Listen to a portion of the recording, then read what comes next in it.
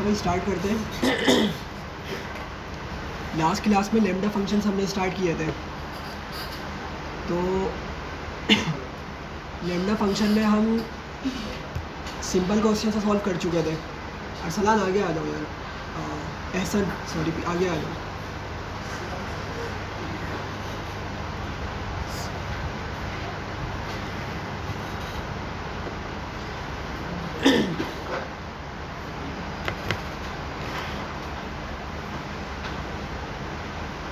सही है भाई। तो हमने क्या किया था कि हमने कुछ लैम्डा क्वेश्चन के लैम्डा फंक्शन से कुछ क्वेश्चन सॉल्व किए थे, ठीक है।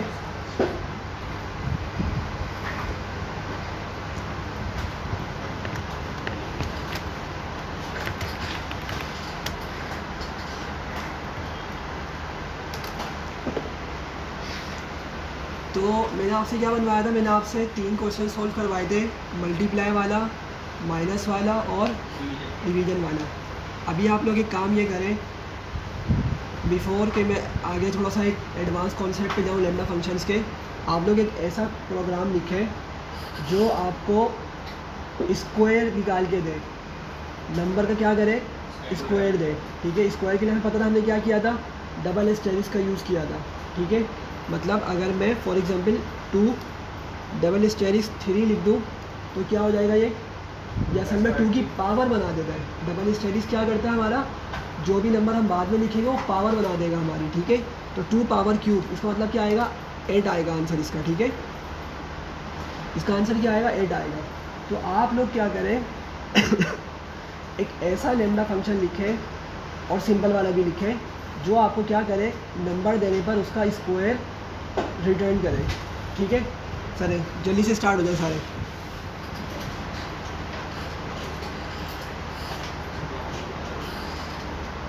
लास्ट क्लास में थे आप राहुल?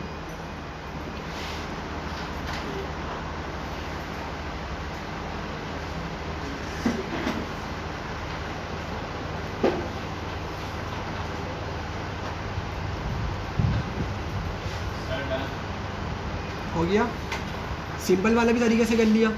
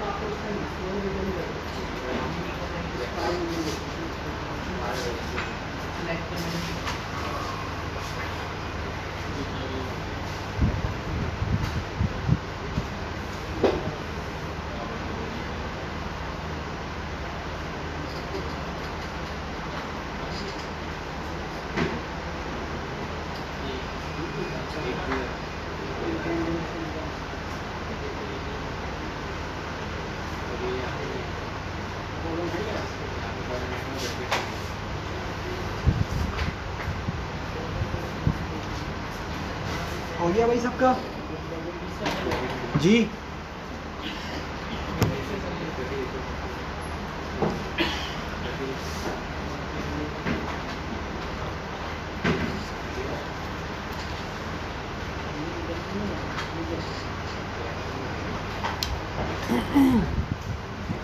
हाँ भाई, नासिर, हसनैन, अरसलान, राहुल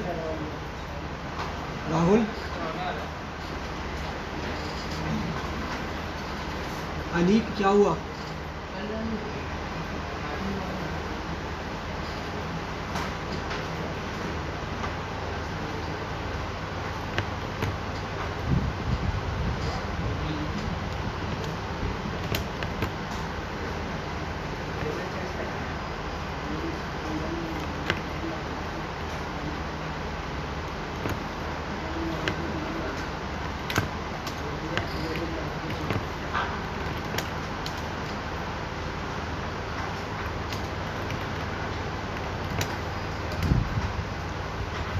अच्छा भाई, अब यहाँ देख लें, जिन्होंने कर लिया सही है, जिन्होंने नहीं किया वो यहाँ समझ लें सारे।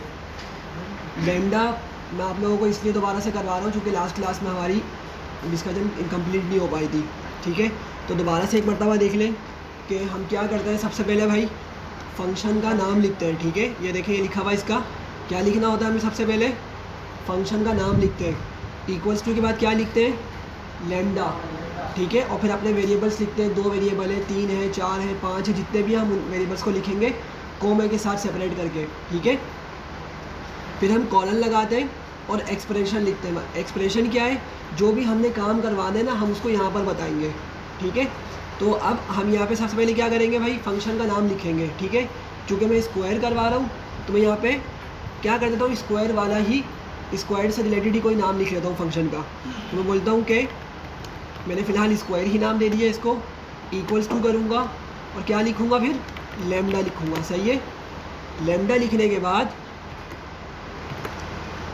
क्या करना है, मैंने वेरिएबल का नाम लिखना है। ठीक है, और वेरिएबल का नाम क्या लिखूँगा मैं, नम लिख सकता हूँ, ए लिख सकता हूँ, एक्स लिख सकता हूँ। ठीक है, तो मैं यहाँ पे इसको फ़िलहाल नम लिख लेता हूँ, कॉलन बनाता हूँ। ठीक है, और क्या करता हूँ मैं, मुझे क्या करवाना है भाई, स्क्वायर करवाना है। अब स्क्वायर करवाने के वैसे दो तरीके होते हैं, या तो मैं नंबर को नंबर से मल्टीप्लाई कर दूँ, या मैं नंबर की पावर क्या कर दूँ, 2 कर दूँ। नंबर को नंबर से क्या कर दूँ, या तो मल्टीप्लाई कर दूँ, या नंबर की पावर क्या कर दूँ, 2 कर दूँ। इन दोनों ही तरीके से मुझे क्या मिलता है, स्क्वायर मिलता है। तो मैं यहाँ पे लिख देता हूँ इसको नम डबल स्टेरिस 2। ठीक है, और ये हमारा क्या हुआ, ये हमारा सिंपल लेमडा फंक्शन बन गया। ठीक है, ये चीज़ हमारी क्या है, ये चीज़ हमारी एक्सप्रेशन है, ये चीज़ क्या है हमारी वेरिएबल कहलाती है। ठीक है, और ये फंक्शन का नेम है। इसको एग्जीक्यूट करते हैं, एग्जीक्यूट करने के बाद मैं इस फंक्शन को कॉल करता हूँ स्क्वायर। ठीक है, और इसमें मैं कोई भी नंबर लिख देता हूँ। ठीक है, लेट्स सपोज 3, तो 3 का स्क्वायर क्या होता है, 9। ठीक है, तो हमें क्या दे रहा है, ये 9 इसका आंसर दे रहा है। पावर कुछ और होगी चलेगा, पावर कुछ तो आपके ऊपर है ना, तो मैंने आपको टास्क दिया था। वैसे बनना तो हमें दोनों नंबर ऐड कर लिखने पड़ते हैं, यूज़र को भी अगर लिखने पड़ेंगे 3 के साथ जो भी उसको पावर करा लिखने पड़ेगी। बिल्कुल ऐसा भी कर सकते हैं, बिल्कुल अच्छा आइडिया, ये क्वेश्चन अच्छा है कि भाई अगर हम इसको थोड़ा सा और डायनेमिक बनाना चाह रहे हैं, मतलब हम यूज़र से नंबर भी लें और उससे पूछे भी कि भाई वो क्या करवाना चाह रहा है, स्क्वायर निकलवाना चाह रहा है, क्यूब निकलवाना चाह रहा है, या पावर 4 या एंड सो ऑन जो भी करवाना चाह रहा है। ठीक है, कर लेते हैं इसको। किस तरीके से करेंगे, हम यहाँ पे बोलते हैं गिव, क्या नाम होना चाहिए इसका,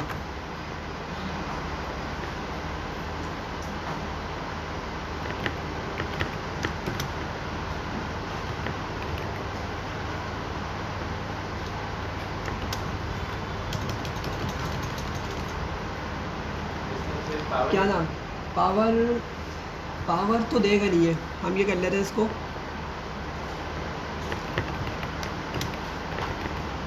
पावर आउटपुट। ठीक है, वैसे नाम ये सही नहीं है, इसका कोई बेटर नाम होना चाहिए, लेकिन फिलहाल हम इसको लिखते हैं पावर का आउटपुट, मतलब पावर करने के बाद जो हमें आंसर मिलेगा, ठीक है, वो हम उसको आउटपुट बोल रहे हैं। ठीक है, तो क्या करेंगे, हम लेमडा लिख लेते हैं। लेमडा के बाद हम क्या करेंगे भाई, अब 2 नंबर्स लेंगे। ठीक है, 2 नंबर्स हम यहाँ पे यूज़ करेंगे। पहले बोलता हूँ मैं num1 और सेकंड वाले को बोलता हूँ num2, फिर कॉलम का यूज़ करता हूँ और क्या करूँगा मैं, अच्छा अब यहाँ पे 2 चीज़ें, अगर मैं num1 को वेरिएबल बनाना चाह रहा हूँ, ठीक है, num1 वेरिएबल और num2 को पावर, तो कैसे लिखूँगा मैं, num1 डबल स्टेरिस num2। सही है, इसका मतलब क्या है कि यूज़र ने अगर आके हमें 2 दिया और सेकंड नंबर क्या दिया, 3 दिया, तो भाई मेरा क्या होगा, 2 नीचे होगा, ठीक है, और उस पर पावर क्या आएगी, 3 आएगी। ठीक है, और अगर हम इसका अपोजिट काम करवाना चाह रहे हैं तो बस इसको हमें num2 और num1 चेंज करना पड़ेगा। ठीक है, सिर्फ यहाँ पर चेंज आएगा। ठीक है, ये तो दोनों सेम ही रहेंगे। सही है, सबको क्लियर है, तो इसको एग्जीक्यूट करते हैं। एग्जीक्यूट करने के बाद अब मैं इसको कॉल करता हूँ फंक्शन को, और यहाँ पे मैं 2 नंबर देता हूँ। ठीक है, पहले देता हूँ 2 और सेकंड देता हूँ 3। एग्जीक्यूट करते हैं तो मुझे क्या मिल रहा है भाई, 8 मिल रहा है। ठीक है, अब ये थोड़ा डायनेमिक हो गया, अगर मैं चाहूँ तो इसका अपोजिट कर सकता हूँ, लेट सपोज 4 पावर 9। ठीक है, 4 पावर 9, तो क्या होगा, हमें जो भी उसका आंसर होगा वो मिल जाएगा। ठीक है, तो अच्छा क्वेश्चन था नासिर। अच्छा भाई, ये सिंपल वाले आपको लेमडा फंक्शन लाजमन समझ आ गए होंगे। ठीक है, अब मुझे आपको इसमें बताना है कि हम इफ़ और एल्स किस तरह यूज़ करते हैं। लेमडा फंक्शंस के अंदर हम इफ़ और एल्स किस तरह यूज़ करते हैं, अभी मुझे आप लोगों को वो बताना है। तो हम क्या करते हैं, लास्ट क्लास में जिस तरह मैंने क्वेश्चन दिया था और ये कहा था कि भाई आप यूज़र से क्या लें, इनपुट लें, कोई भी नंबर इनपुट लें और चेक करें कि भाई वो नंबर इवन है या ऑड है। ठीक है, अगर वो नंबर इवन है तो सिंपल क्या दे दें आउटपुट में, ट्रू दे दें, रिमेनिंग नहीं चाहिए, रिमेनिंग का हमें कोई काम ही नहीं है। रिमेनिंग हम बस चेक करने के लिए यूज़ करते हैं, ठीक है। और रिमेनिंग होता भी नहीं है वर्ड, रिमाइंडर होता है वो। क्या होता है? इवन, इवन बोला है, सॉरी इवन नहीं, ट्रू।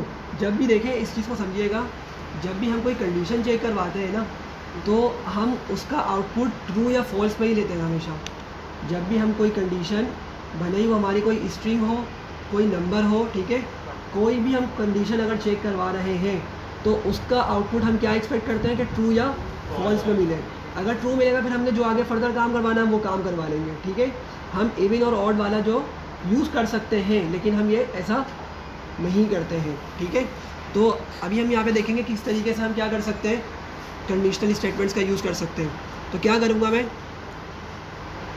यहाँ पे लिख लेता हूँ इवन नंबर, या इसको और अच्छे से नाम दे देते हैं हम, इसको बोलते हैं इज़ इवन, ठीक है, इक्वल्स टू, ये मेरा वेरिएबल का नाम है, ठीक है। इज़ इवन क्या है, मेरा वेरिएबल नेम है। उसके बाद क्या लिखूँगा भाई मैं, लैम्डा लिखूँगा। क्या लिखूँगा? लैम्डा। और उसके बाद क्या करूँगा मैं, लैम्डा के बाद वेरिएबल, ठीक है, वेरिएबल का नेम लिखूँगा बिल्कुल। और उसको क्या लिखूँ मैं, फ़िलहाल मैं उसको लिख देता हूँ नंबर, ठीक है। क्योंकि मुझे अभी एक ही नंबर इंटर करवाना है ना, तो फिलहाल मैंने उसको नंबर लिख दिया, नंबर 1 या num1, नम भी लिख सकते हैं आपकी मर्ज़ी, लेकिन num1 num2 इसको लिखने की ज़रूरत नहीं है। अगर एक ही वेरिएबल तो सिर्फ क्या लिखें, नम लिख दें, नंबर लिख दें, ए लिख दें, ठीक है, एक ही चीज़ लिखें। तो अब यहाँ पे क्या करेंगे, एक्सप्रेशन लिखेंगे, ठीक है। हाँ ठीक है। अच्छा भाई, यहाँ पे कंडीशनल स्टेटमेंट के लिए हम क्या यूज़ करते हैं, इफ़ यूज़ करते हैं, ठीक है। तो सिंपल मैं यहाँ पे क्या लिखूँगा, पहले इफ़ लिख दूँगा। मैं बोलता हूँ इफ़, और अब क्या मुझे चेक करना है, किसको चेक करना है, इस नंबर को चेक करना है ना। ये जो मैंने यहाँ पे नंबर को वेरिएबल बनाया, मुझे इस नंबर को चेक करना है। तो इफ़ नंबर, और सबको पता है ना भाई, इवन नंबर चेक करने वाली लॉजिक क्या होती है, इवन नंबर चेक करने की लॉजिक इक्वल्स टू ज़ीरो, कि भाई जो नंबर है उसको 2 से डिवाइड करने पे रिमाइंडर अगर ज़ीरो आ रहा है ठीक है तो नंबर के बाद मॉड्यूलो ऑपरेटर 2 और इक्वल्स टू क्या करूँगा मैं, 0। अच्छा, यहाँ तक तो कुछ सिमिलर है जो हमने पहले पढ़ा था, ठीक है। बस इसको हमने लिखी एक लाइन में ही दिया है, लेकिन ये बात अभी तक उसी तरीके से है, ठीक है, जिस तरह हमने पहले की थी। अच्छा, अब होता क्या था यूजुअली, अगर मैं सिंपल इफ़ लिख रहा होता ना, अगर मैं सिंपल इफ़ एलिफ लिख रहा होता तो किस तरह लिखता उसको भाई, मैं क्या करता, ये लिखता, कॉलन लगा के अगली लाइन पे चला जाता, ठीक है। यहाँ पर फिर मैं कोई मैसेज प्रिंट करवाता, ठीक है, और फिर मैं क्या करता, मैं एल्स में आके क्या कुछ लिख देता, लेट सपोज कि भाई वो ऑड नंबर है, ठीक है, यहाँ पर ऑड, और यहाँ पे लिख देता क्या, इवन। हम इस तरह लिखते थे ये, लेकिन ये ट्रेडिशनल तरीका था, मतलब ये नॉर्मल तरीका है जो हम बेसिक लेवल पे पढ़ रहे होते हैं, ठीक है। जब थोड़ा सा एडवांस लेवल पे जाते हैं, फिर हम एक ही लाइन के अंदर क्या कर रहे होते हैं, इफ़ की पूरी स्टेटमेंट लिख रहे होते हैं, ठीक है। जिस तरह मैंने यहाँ पे उसका एक थोड़ा सा पार्ट लिखा है अभी। तो अब मैंने यहाँ पे कहा कि भाई चेक करो, नंबर यूज़र ने यहाँ पे दिया, ठीक है, और हमने कहा नंबर को चेक करो कि अगर वो क्या है, इवन है, तो हमें क्या करना था भाई, ट्रू रिटर्न करना था ना। अगर इवन है ट्रू मिल जाए, अगर इवन नहीं है तो क्या मिले, फॉल्स मिले। इवन ऑड हमें नहीं चाहिए, बस ट्रू और फॉल्स की फॉर्म में हमें इसका आंसर चाहिए। तो याद रखें, जब भी हम सिंगल लाइन पर, ठीक है, अगर सिंगल लाइन पर हम ये कंडीशनल स्टेटमेंट लिख रहे हैं, तो हम पहले इफ़ की कंडीशन लिखेंगे पूरी जो भी हमें लिखवानी है, और उससे पहले, इससे पहले आकर हम यहाँ के क्या लिखेंगे, हम यहाँ पे लिखेंगे ट्रू। बाद में नहीं लिखना, जिस तरह हम यहाँ पे क्या करते थे, बाद में आगे कुछ लिखते थे, ठीक है, अगली लाइन पे लिखते थे, मतलब इसका सेंस ये बन रहा है कि हम बाद में जाके लिखेंगे, इसके बाद यहाँ नहीं लिखना। इफ़ की पूरी कंडीशन से पहले हम क्या करेंगे, उस चीज़ को लिख लेंगे ट्रू। समझ आ रही है, ठीक है। अच्छा, अब यह हुआ क्या, अगर हमारा नंबर इवन हुआ तो मुझे यहाँ से क्या मिल जाएगा, ट्रू मिल जाएगा। लेकिन इसका दूसरा पार्ट भी तो होना चाहिए ना भाई, अगर नंबर इवन नहीं हुआ तो प्रोग्राम क्रैश हो जाएगा, ठीक है। तो उसके लिए अब हम क्या करेंगे, एल्स यूज़ करेंगे, ठीक है। तो एल्स को हम जाएंगे बिल्कुल इसके एंड में, ठीक है, सेल के एंड में आ गए, और यहाँ पे क्या लिखूँगा मैं, एल्स, ठीक है। और एल्स के बाद क्या लिखूँगा, एल्स के बाद जो मुझे चीज़ चाहिए ना वो बाद में ही लिखूँगा। ये सबको समझ आ रहा है कि भाई अगर नंबर इवन है उसको इफ़ वाली कंडीशन से हमने चेक कर लिया और उसका अगर आउटपुट ट्रू होता है तो हमने ट्रू उसके पीछे लिखना है कि वो हमें ट्रू क्या करे, पीछे से उठा के दे देगा, ठीक है। और अगर वो नंबर इवन नहीं है, ठीक है, मतलब एल्स की कंडीशन में जा रहा है, तो एल्स के बाद हम क्या लिखेंगे भाई, फॉल्स लिखेंगे।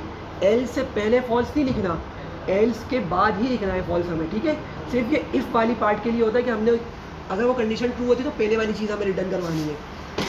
एल्स होगा तो क्या कर देंगे भाई, फॉल्स कर देंगे, ठीक है। बस हमारी ये हो गई कंडीशन पूरी, ठीक है। ये हमारी क्या हो गई, इफ़ की कंडीशन हमने पूरी लिख ली है। अब क्या करता हूँ, इसको एग्जीक्यूट करता हूँ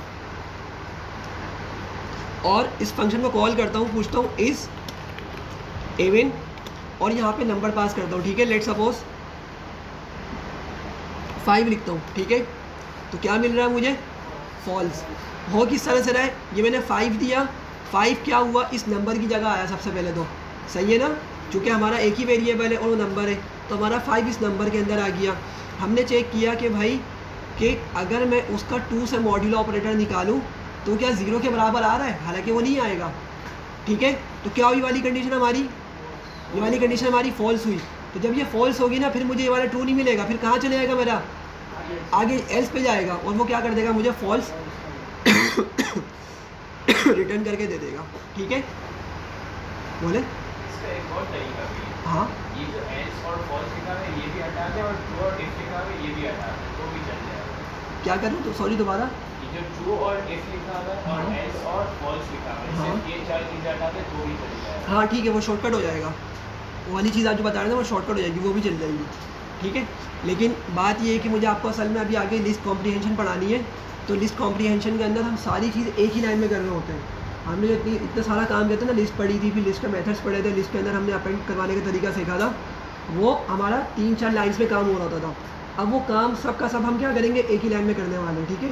तो वो टॉपिक का नाम है लिस्ट कॉम्प्रीहेंशन, ठीक है। तो ऐसा की बात सही है, उस तरह भी कर सकते हैं, ठीक है।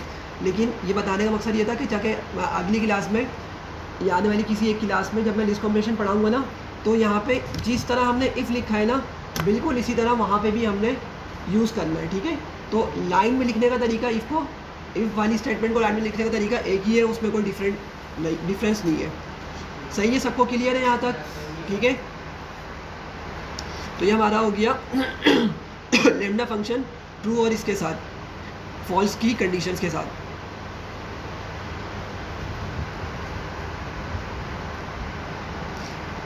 ठीक है, अब आप लोग एक काम ये करें कि एक नंबर इनपुट करवाएं, ठीक है, लैम्डा फंक्शन बनाएं, नंबर इनपुट करवाएं, ठीक है, और चेक करें कि क्या वो नंबर 3 और 5 दोनों से कम्प्लीटली डिविजिबल है तो ट्रू, और अगर नहीं है तो क्या मिले हमें, फॉल्स मिले। क्या कहा मैंने, एक ऐसा फंक्शन बनाएं, फ़िलहाल लैम्डा बनाएं, उसमें ये चेक करें कि वो जो नंबर इनपुट हो रहा है क्या वो 3 और 5 दोनों से कम्प्लीटली डिविजिबल है, तो क्या मिले हमें, ट्रू मिले, वरना क्या मिले, फॉल्स मिले, ठीक है। सिंपल सा, जल्दी से हाथ चलाएं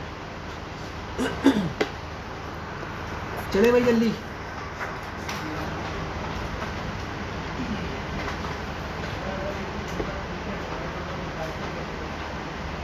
क्या चीज़,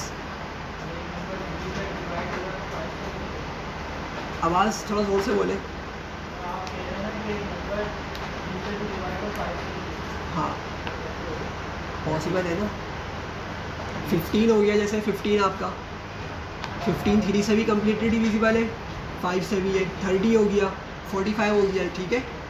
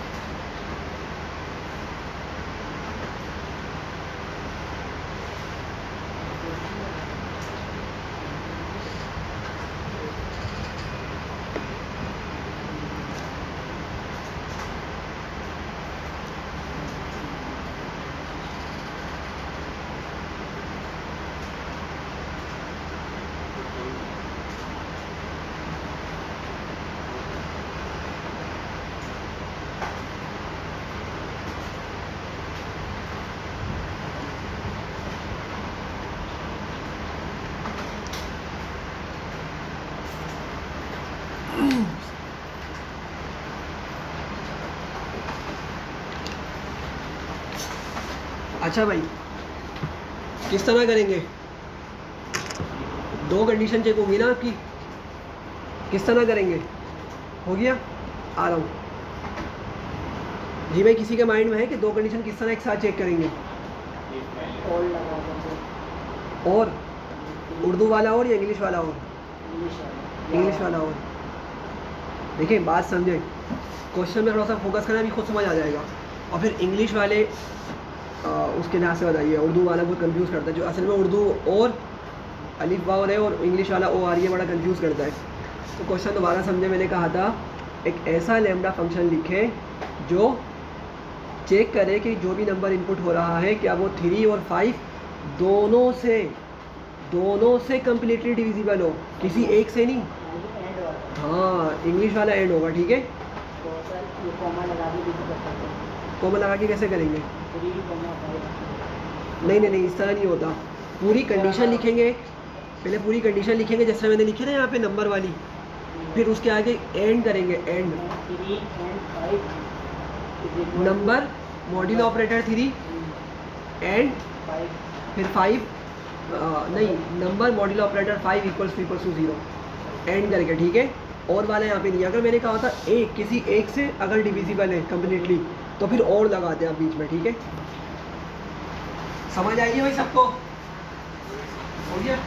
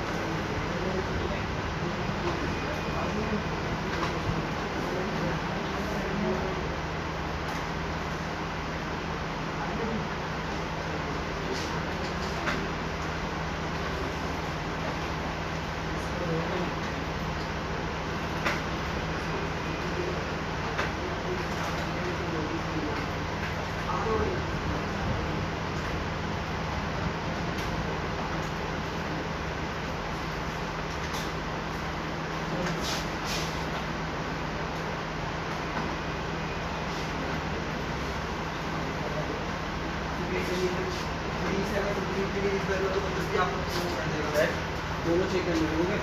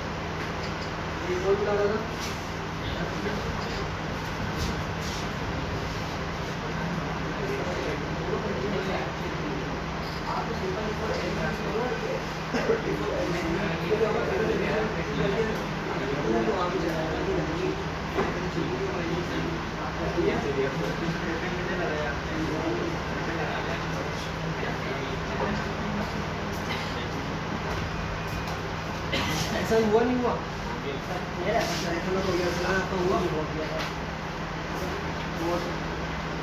नॉर्मल नंबर तो बढ़िया पेमेंट इस तरीके से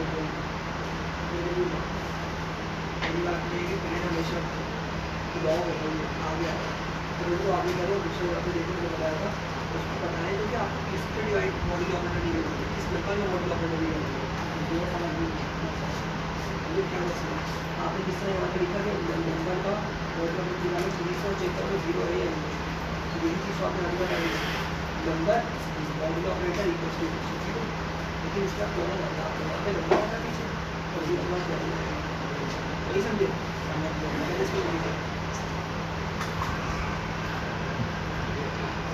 भी एक चीज़ लगती है इसलिए कि मुझे मिला नहीं आ रहा उसी का कहीं वाला समझ ही नहीं सकेगा, लेकिन वो मैंने जो आंसर दिया लेकिन इसको अलग कर दिया, ठीक है मैंने इसको भी सही करके दिया।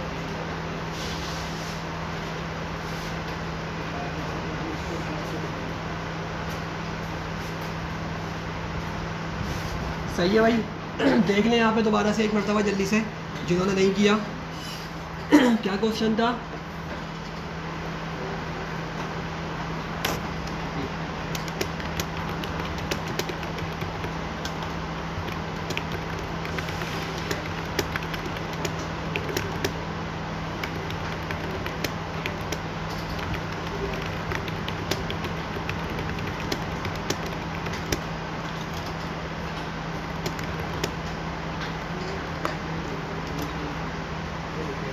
सही है भाई, यहाँ देख लीजिए जल्दी से, हमारा ये क्वेश्चन था कि हमारा जो नंबर है वो 3 और 5 दोनों से कम्प्लीटली डिविजिबल होना चाहिए, ठीक है।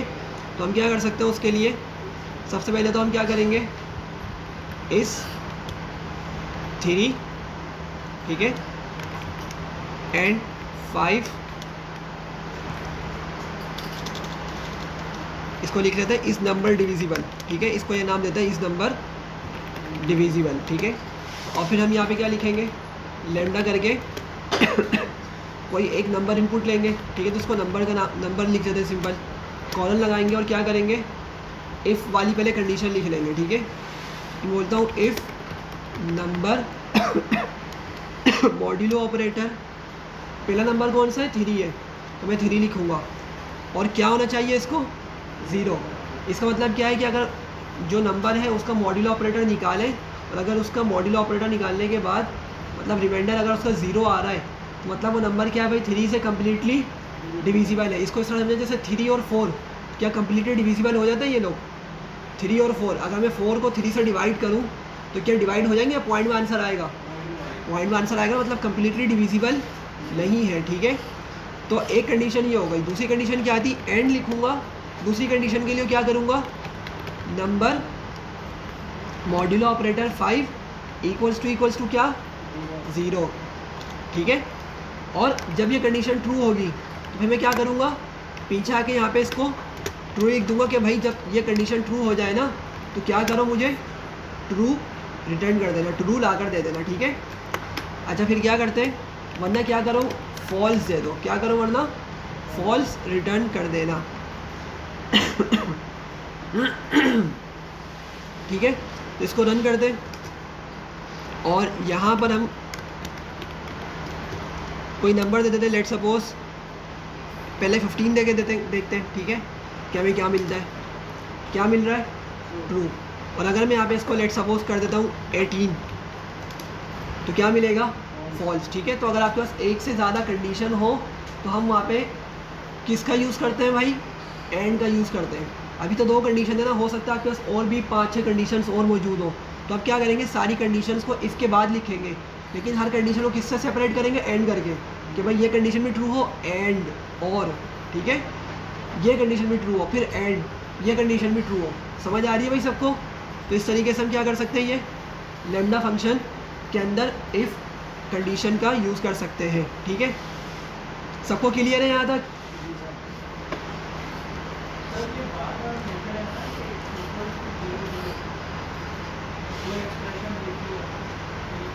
आवाज़ नहीं आ रही, थोड़ा ज़ोर से बोलो। हाँ हाँ,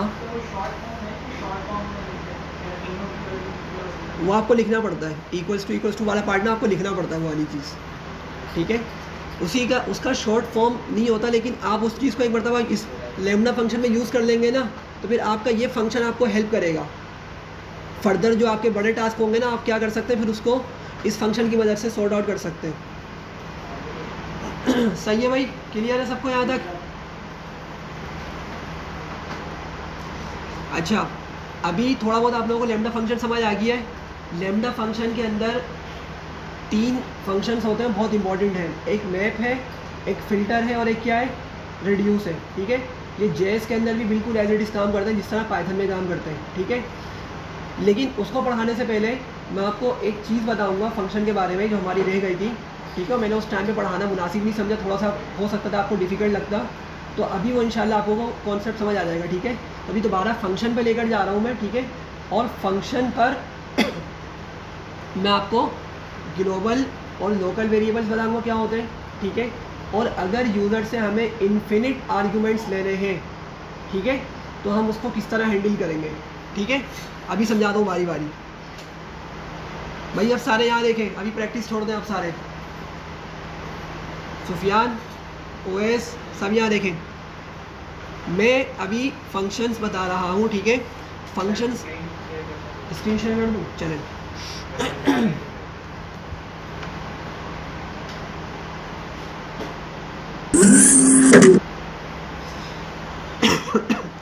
अच्छा, फंक्शंस बनाने के लिए हम क्या लिखते थे भाई, नॉर्मल फंक्शंस की बात हो रही है। सबसे पहले डेफ लिखेंगे। ठीक है, डेफ लिख लिया। ठीक है, अभी हम सिंपल सा फंक्शन बना रहे हैं जो क्या करेगा, 2 नंबर्स को मल्टीप्लाई करके हम उसका आंसर देगा। ठीक है, तो क्या करता हूँ मैं यहाँ पे लिख लेता हूँ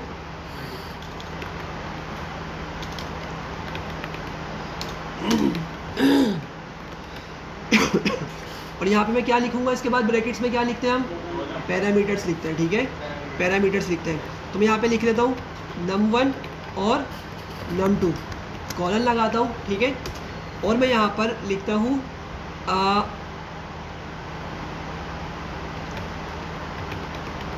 मल्टीप्लिकेशन।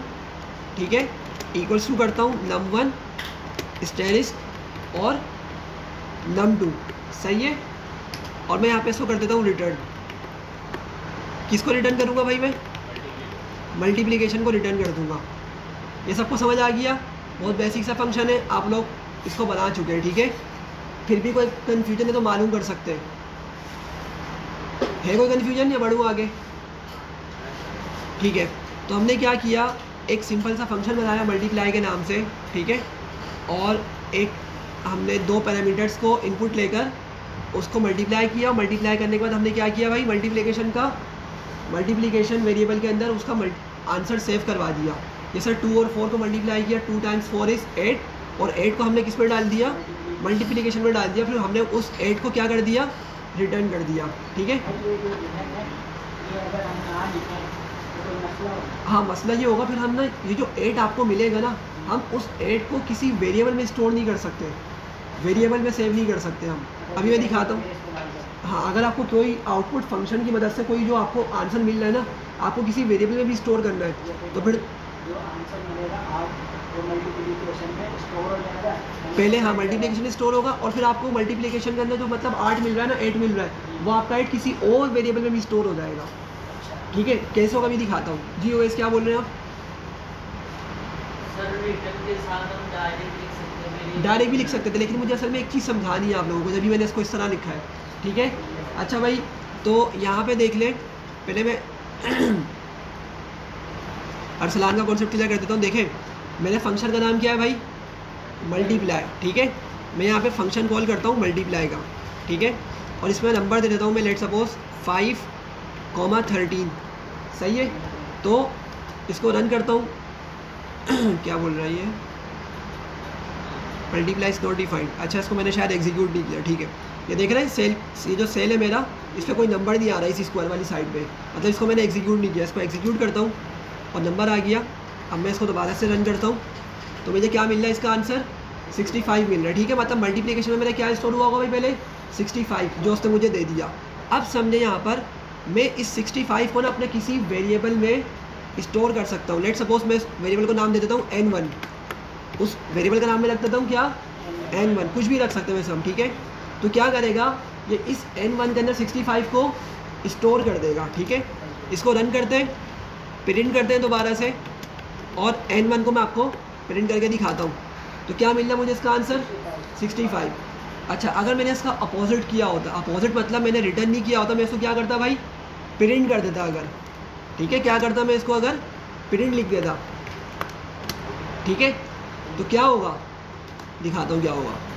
मैंने क्या किया, पहले मैं आप लोगों को यहाँ हटाता हूँ N1 और मैं इसको रन करता हूँ, तो मुझे क्या मिल रहा है अभी भी 65 अभी भी मिल रहा है जिस तरह पहले मिल रहा था। लेकिन अगर मैं 65 को स्टोर करना चाहूँ N1 के अंदर और मैंने क्या लिखा है अंदर, प्रिंट लिखा है, तो आप देखिए क्या मुझे मिलेगा। इसको मैं एग्जीक्यूट करता हूँ दोबारा और N1 को प्रिंट करता हूँ यहाँ पर, तो क्या मिल रहा है मुझे, नन। मतलब वो आपको आंसर तो दिखा देगा, लेकिन फिर आपने जब किसी अलग वेरिएबल में सेव करना है ना आंसर को, तो वो नहीं करने देगा, ठीक है। और ये जब प्रोग्रामिंग कर रहे होते हैं ना, हम फंक्शन बनाते हैं बहुत सारे, भले आप किसी भी प्रोग्रामिंग लैंग्वेज में फंक्शन बनाएं, JS है, ठीक है, पाइथन हो गई, कोई भी लैंग्वेज हो गई, तो उन फंक्शन की मदद से जो हमें आंसर मिलता है ना, हमारा मकसद ये होता है कि हम उन आंसर को अपने किसी वेरिएबल में स्टोर करवाएं ताकि फर्दर हम उनको यूज़ कर सकें आगे, सही है। तो इसीलिए मैंने बताया था कि भाई प्रिंट जो है बस वो आपको सिर्फ समझाने की हद तक था। अब की मर्तबा मतलब उससे फॉरवर्ड हम कभी भी प्रिंट को यूज़ नहीं करेंगे। क्या यूज़ करेंगे, हमेशा रिटर्न ही यूज़ करेंगे। क्या यूज़ करेंगे, हमेशा रिटर्न का ही यूज़ करेंगे, ठीक है। एक चीज़ हो गई यहाँ पे क्लियर आपको, ठीक है, बाकियों को भी क्लियर है ये चीज़, ठीक है। अच्छा अब देखिए मल्टीप्लिकेशन मेरा यहाँ पर क्या है, एक वेरिएबल है, क्या है मेरा, एक वेरिएबल है। अच्छा अब बात यहाँ पर आती है कि मल्टीप्लिकेशन में अभी क्या स्टोर हुआ हुआ है, 65 स्टोर हुआ हुआ है, ठीक है, अभी हुआ हुआ है ना स्टोर। मैं इसको दोबारा से रन कर लेता हूँ एक मरतबा, ठीक है। यहाँ पे इसको मैंने एग्जीक्यूट किया और यहाँ पे देखें मुझे क्या मिल रहा है, 65। लेकिन ये 65 आया कहाँ पे, सबसे पहले ये मल्टीप्लाई हुए नंबर्स, मल्टीप्लाई होने के बाद ये नंबर मेरे पास मल्टीप्लिकेशन में सेव हो गया और मल्टीप्लिकेशन को हमने रिटर्न करवा दिया, ठीक है। तो मतलब मल्टीप्लिकेशन में मेरे पास क्या स्टोर हुआ हुआ है अभी भाई, 65 स्टोर हुआ हुआ है। अब ज़रा एक चीज़ देखें, अगर मैं इस मल्टीप्लिकेशन को प्रिंट करवाना चाहूँ, मुझे आंसर क्या मिलना चाहिए, 65 मिलना चाहिए। भाई बात समझ आ रही नहीं आ रही, मल्टीप्लिकेशन के अंदर क्या स्टोर हुआ हुआ है मेरे पास, 65, ठीक है। मैं बोलता हूँ मैं मल्टीप्लिकेशन को प्रिंट करवाता हूँ और मुझे आंसर भी क्या मिलना चाहिए, 65, लेकिन ऐसा होगा नहीं। प्रिंट करते हैं पहले, ठीक है, और एरर देखते हैं कि एरर क्या आता है।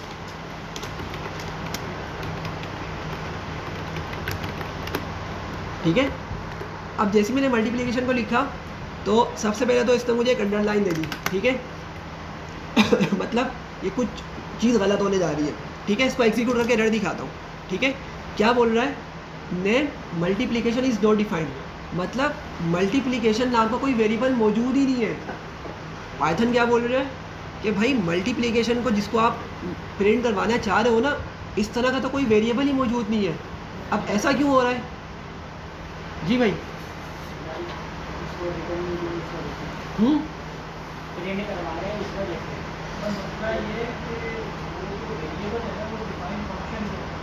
हाँ सही है ठीक है, यही बात है जो मुझे समझानी है। देखिए एक बात और समझें, मैं एक काम और करता हूँ, मैं मल्टीप्लिकेशन को भी छोड़ देता हूँ। मैं क्या करता हूँ, मैं यहाँ पे ना एक ए वेरिएबल बनाता हूँ और इसमें मैं 20 स्टोर कर देता हूँ, ठीक है।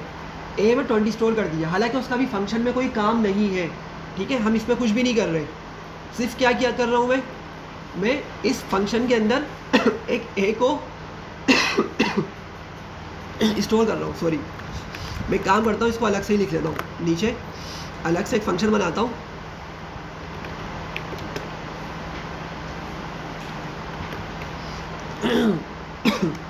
सम नंबर्स के नाम से एक फंक्शन बना लेता हूँ, ठीक है। और उसके अंदर मैं क्या करता हूँ, ए लिखता हूँ, ए की वैल्यू 10 लिख लेता हूँ, ठीक है। बी लिखता हूँ और बी की वैल्यू 20 लिख लेता हूँ, ठीक है। और क्या करता हूँ मैं, रिटर्न कर देता हूँ किसको, ए प्लस बी को, सही है। तो आंसर भी मुझे अभी क्या मिलेगा भाई, इसको अगर मैं इस फंक्शन को कॉल करूँ मुझे आंसर क्या मिलेगा, 30 मिलेगा। ये फंक्शन डायनेमिक नहीं है, ये क्या करेगा, बस हार्ड कोड वैल्यू लाके दे देगा, क्योंकि मैंने इसके अंदर ही वैल्यू उसको क्या कर दिया है, सेव कर दिया है। तो इसको मैं प्रिंट करता हूँ, एग्जीक्यूट करता हूँ, तो मुझे क्या मिल रहा है आंसर भाई, 30 मिल रहा है। अब ज़रा समझिएगा, देखें ए जो है उसकी वैल्यू कितनी है, 10 है, और बी की कितनी है, 20 है। मैं बोलता हूँ भाई मुझे ए की वैल्यू दे दो, प्रिंट करता हूँ मैं ए को, ठीक है। तो फिर वही बोल रहा है, name A is not defined, ठीक है, कि ए नाम का कोई वेरिएबल ही मौजूद नहीं है। चलो बी को देख लेते हैं। हमने कहा बी का आंसर ला दूँ। बी में भी क्या बोल रहा है, name B is not defined, सही है। हालांकि आप लोग देखें ए और बी दोनों ही मौजूद है यहाँ पर। अब ये हो क्या रहा है, इसको थोड़ा समझिएगा। देखिए अभी हम ये काम कर रहे हैं, कहाँ पे मैंने ए और बी को कहाँ पे डिफ़ाइन किया है भाई, फंक्शन के अंदर डिफ़ाइन किया है। फंक्शन के अंदर मैंने इसके अंदर वैल्यूज़ को सेव करवाया है, ठीक है। अब होता क्या है, अगर फंक्शन की बॉडी के अंदर, यहाँ देखें सब, अगर हम फंक्शन की बॉडी के अंदर वेरिएबल्स में वैल्यू स्टोर करते हैं ना, तो वो वेरिएबल्स का नाम होता है, उनको हम कहते हैं लोकल वेरिएबल्स। क्या बोलते हैं, लोकल वेरिएबल्स। लोकल का मतलब क्या है कि भाई वो सिर्फ फंक्शन के अंदर अंदर ही काम करेंगे। फंक्शन से बाहर अगर हम उनको निकालना चाहें तो हमें उनकी वैल्यू नहीं मिलेगी, बल्कि पाइथन उनको जानता भी नहीं है। सही है, बात समझ आ रही है। देखिए मैंने जब फंक्शन कॉल किया सम नंबर्स, तो पाइथन को पता था कि भाई ए के अंदर क्या लिखा हुआ है 10, बी में क्या लिखा हुआ है, बी में क्या स्टोर हुआ है 20, तो उसने उनको प्लस किया और प्लस करके मुझे 30 ला के दे दिया। लेकिन ये कब हुआ, जब मैंने फंक्शन को कॉल किया, ठीक है। फंक्शन को कॉल किया तो फंक्शन के कॉल करने में क्या होगा, अंदर वाला काम होगा ना फंक्शन के, तो फंक्शन के अंदर वाला काम हुआ और उसने हमें करके लाके दे दिया। ऐसे ही है, फंक्शन के अंदर तक तो ये काम करते हैं वेरिएबल्स। लेकिन जब मैंने कहा कि भाई क्या करो, बिल्कुल से बाहर आ गया मैं। देखे मैंने कहा ए प्रिंट कर दो, बी प्रिंट कर दो, मैं फंक्शन का नाम तो कॉल नहीं कर रहा ना अभी, मैं डायरेक्ट उनके अंदर से उन वेरिएबल्स को निकालना चाह रहा हूँ ए और बी करके, तो मुझे नहीं मिल रहा। तो पाइथन क्या कर रहा है, जो भी हम वेरिएबल्स को फंक्शन में डिफाइन करते हैं ना, बस वो फंक्शन के अंदर तक ही महदूद रहते हैं, फंक्शन के अंदर ही तक वो काम करते हैं, ठीक है। और इन वेरिएबल्स को जो फंक्शन के अंदर होते हैं, ठीक है, उनको हम क्या बोलते हैं, लोकल वेरिएबल्स। क्या बोलते हैं, लोकल वेरिएबल्स बोलते हैं। ये बात समझ आ रही है। तो लोकल वेरिएबल्स को मैं बाहर एक्सेस नहीं कर सकता, ठीक है, इस तरीके से नहीं कर सकता, उसका दूसरा तरीका होता है, अभी बताता हूँ मैं। पहले बताया, इतना समझ आ रहा है सबको। तो फंक्शन के अंदर अगर मैं कुछ भी स्टोर कर दूं वेरिएबल्स बना के, उनके अंदर भले कोई नाम हो, कोई नंबर हो, कोई फ्लोट हो, कोई बूलियन वैल्यू हो, तो मुझे बाहर वो नहीं मिल सकता, ठीक है। क्यों, आप लोगों ने बताने की क्या रीज़न है, क्योंकि उसको लोकल वेरिएबल है, मतलब वो जो काम करेगा ना वो सिर्फ उसी लिमिट तक काम करेगा, ठीक है। ये सबको क्लियर है। अच्छा, अब ये लोकल वेरिएबल समझ आ गए। तो ए और बी दोनों क्या है भाई हमारे पास, लोकल वेरिएबल्स हैं। क्या है, ए और बी दोनों लोकल वेरिएबल्स हैं, ठीक है। मैं इनको लिख देता हूँ आगे।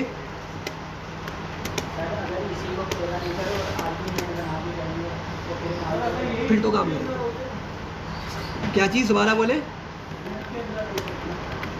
फिर तो मिल जाते ना आपको, लेकिन लूप में मिल जाते। लेकिन मसला ये है कि आपको बात ये है कि आपको अगर सेकंड वैल्यू चाहिए, लूप तो आपको बिल्कुल एंड करके बाहर आके आपको वैल्यू देगा ना आंसर, तो फिर आपको आखिरी वाला आंसर तो वैसे ही मिलेगा आपको, ठीक है। हमने यही काम किया था ना भाई, याद होगा आप लोगों को, मैंने शायद क्वेश्चन भी दिया था, मुझे याद पड़ रहा है, मैंने कुछ इस तरह कहा था कि शायद 1 से लेके 1000 तक के जाएँ और उसमें इवन नंबर का सम करवाएं। शायद मैंने कुछ इस तरह के क्वेश्चन दिया था, मुझे एग्जैक्टली याद नहीं आ रहा। या तो मैंने ये दिया था कि भाई तमाम नंबर्स का 1 से 100 तक का जो इवन नंबर्स है उनका सम करवाएं। तो हमने क्या किया था, सम करके एक ऊपर वेरिएबल बनाया था बाहर, जिसको 0 रखा था, अंदर लूप की बॉडी के अंदर सम प्लस इक्वल्स टू करके हम वो नंबर लूप आइटरेटर वाला नंबर से प्लस करवा रहे थे। तो भाई सम हम बाहर देख सकते थे वहाँ पर, लूप में मसला नहीं होता, ये सिर्फ किस में होता है मसला, फंक्शन में होता है, ठीक है। तो अरसलान आप क्या बोल रहे थे,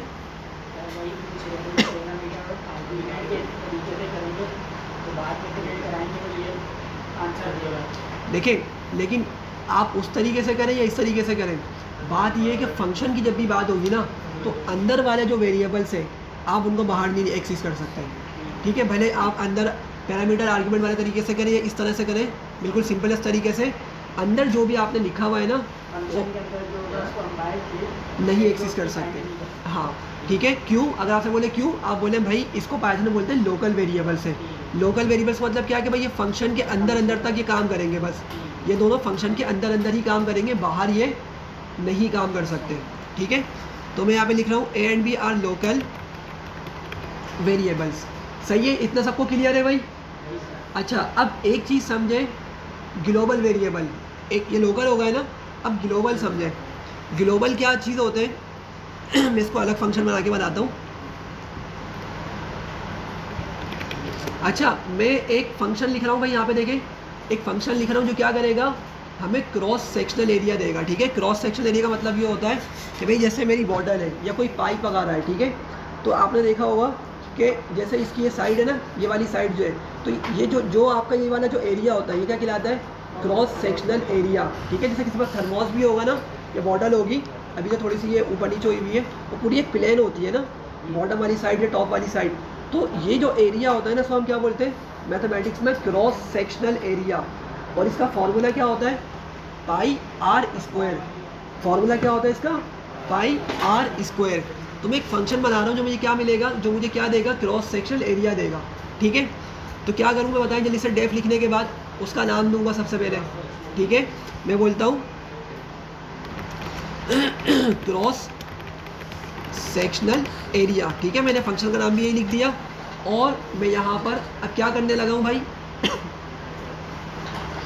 मैं यहाँ पर एक पैरामीटर लिखूंगा आर वाला। ठीक है, जो रेडियस होता है, चूँकि हमें रेडियस चाहिए होता है, मैं यहाँ पे लिखता हूँ रेडियस। ठीक है, कॉलर लगा के आ जाता हूँ नीचे, और मैं यहाँ पर एक पाई नाम का वेरिएबल बनाता हूँ, और इसकी वैल्यू रखता हूँ क्या, 3.142। ठीक है, और अब मैं क्या करूँगा, मैं रिटर्न कर दूँगा किसको, पाई मल्टीप्लाई रेडियस का स्क्वायर होता है, तो क्या करूँगा, रेडियस। ठीक है, और स्क्वायर लगाने के लिए क्या करता है, अभी हमने देखा था, डबल एस्टेरिस्क, और क्या लिखेंगे भाई, 2 लिख देंगे। सही है, हमारा फंक्शन बन चुका है, इसको एग्जीक्यूट कर दिया। इसको हम चेक करते हैं कि हमें क्रॉस सेक्शनल एरिया मिल रहा है नहीं मिल रहा। तो लेट्स सपोज मैं लिखता हूँ 2, तो मुझे इसका आंसर मिल रहा है कितना भाई, 12.568। हमारा फंक्शन सही काम कर रहा है। ठीक है लेकिन बात वही है, मैं चाह रहा हूँ कि भाई मुझे पाई की वैल्यू बाहर मिल जाए। पाई की वैल्यू अंदर तो मैंने लिखी ना 3.142, मैं चाह रहा हूँ मुझे ये वैल्यू बाहर मिल जाए। तो मैं प्रिंट करता हूँ और बोलता हूँ भाई मुझे पाई की वैल्यू दे दो। तो दोबारा क्या बोल रहा है भाई, पाई इज़ नॉट डिफाइंड। क्यों डिफाइंड नहीं है, क्योंकि पाई क्या है, एक लोकल वेरिएबल है। पाई एक लोकल वेरिएबल है, और लोकल वेरिएबल्स क्या होते हैं, फंक्शन की बॉडी के अंदर ही काम करते हैं। सही है। अच्छा, मैंने कहा नहीं भाई मुझे तो इसको बाहर एक्सेस करना ही है। ठीक है, मुझे इसको बाहर एक्सेस करना ही है। तो इसका एक तरीका होता है, इसका क्या होता है, एक तरीका होता है। अभी आप लोगों ने देखा ना भाई, पाई की वैल्यू बाहर नहीं आ पा रही, ऊपर भी ए और बी को हम बाहर एक्सेस नहीं कर पा रहे थे। लेकिन अगर मैं करना चाहूँ ना, वैसे ऐसा कोई रिक्वायरमेंट होती नहीं हमारी, जस्ट एक समझाने के लिए, ताकि आपके माइंड में रहे ये चीज़। अगर सम टाइम ज़रूरत पड़ जाए तो आपको ये चीज़ पता होनी चाहिए। अगर मैं पाई की वैल्यू को फिर भी बाहर एक्सेस करना चाह रहा हूँ ना, तो मैं एक कीवर्ड होता है ग्लोबल करके, मैं उसका यूज़ कर लूँगा। क्या करूँगा, मैं उसका यूज़ कर लूँगा। तो मैं क्या करता हूँ, मैं आता हूँ यहाँ पर और मैं फंक्शन के अंदर ही लिखूँगा। मैं क्या करूँगा भाई, फंक्शन के अंदर ही लिखूँगा। मैं बोलता हूँ ग्लोबल, ठीक है, और क्या है, पाई। मतलब पाई को क्या बना दो मेरे, ग्लोबल बना दो। पाई वेरिएबल को क्या बना दो मेरे, ग्लोबल। मतलब ग्लोबल का ये है कि भाई फंक्शन के अंदर अब इसको पाई को यूज़ करना हो या फंक्शन के बाहर इसको यूज़ करना हो, हर जगह आपको इसकी वैल्यू मिलेगी, हर जगह आपको इसकी वैल्यू अवेलेबल होगी। ठीक है, तो ग्लोबल लिखने से पहले मैंने आप लोगों को दिखा दिया था कि भाई पाई की वैल्यू मुझे नहीं मिल रही थी, लेकिन अब चूँकि मैंने ग्लोबल लिख दिया पाई को, मैं इसको एग्जीक्यूट करता हूँ दोबारा से सेल को। ठीक है ठीक है, इसको मैंने एग्जीक्यूट किया और मैं क्या करता हूँ, अब इस पाई को मैं प्रिंट करता हूँ। ठीक है, तो देखिए मुझे क्या मिल रही है, इसकी वैल्यू मिल रही है 3.142। बात समझ आ रही है। तो अगर फंक्शन के अंदर हम वेरिएबल्स बनाते हैं, वो बाहर एक्सेसिबल नहीं होते, बाहर हमें वो नहीं मिलते। लेकिन अगर हमारी कोई रिक्वायरमेंट हो कि भाई जैसे पाई की वैल्यू हो गई, अब अगर मैं फंक्शन में बना रहा हूँ ना, और मुझे पता है मुझे इसको बाहर भी कहीं यूज़ करना पड़ेगा, तो मैं क्या कर सकता हूँ, बजाय इसके कि बारी बारी हर जगह पाई की वैल्यू अलग से लिखूँ, मैंने बस फंक्शन के अंदर बना के रख दिया इसको, और ग्लोबल करके लिख दूंगा कि भाई अब ग्लोबल है मेरा पाई मेरा क्या है, ग्लोबल है। मतलब अब हर जगह मैं इसकी वैल्यू को एक्सेस कर सकता हूँ। तो देखें मैंने यहाँ पे इसकी वैल्यू को एक्सेस कर लिया। अब अगर मैं बोलता हूँ कि भाई क्या करो, पाई मल्टीप्लाई 2 कर दो, ठीक है, तो मुझे आंसर मिलना चाहिए ना भाई। अब क्योंकि पाई की एक्चुअल वैल्यू मौजूद है अब हमारे पास। ठीक है, तो हम क्या करते हैं, इसको एग्जीक्यूट करते और देखें आंसर हमें मिल रहा है इसका। ठीक है, लेकिन जब पहले मैं इसको पाई लिख रहा था सिर्फ, पाई करके वैल्यू प्रिंट करा था तो पहले तो मुझे पाई की वैल्यू ही नहीं मिल रही थी। तो ये समझ आ गई सबको? शहबाज क्लियर हो गई तुम्हारी ये कन्फ्यूजन? बाकी पीछे वाले बताएं, अनीक,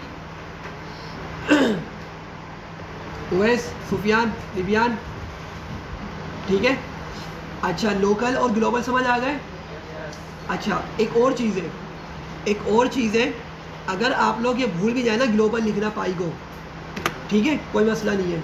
हम क्या कर सकते हैं, देखिए एक चीज़ याद रखिएगा, अभी मैंने एक बात बताई, फंक्शन की बॉडी के अंदर में जो भी वेरिएबल्स लिखता हूँ ना, सिर्फ वो वेरिएबल्स क्या होते हैं, लोकल होते हैं, ठीक है। सिर्फ वो वेरिएबल्स क्या होते हैं, लोकल होते हैं। अगर मैं चाहूँ ना तो मैं फंक्शन से पहले ही उसको लिख लूँ, पाई इक्वल्स टू 3.142।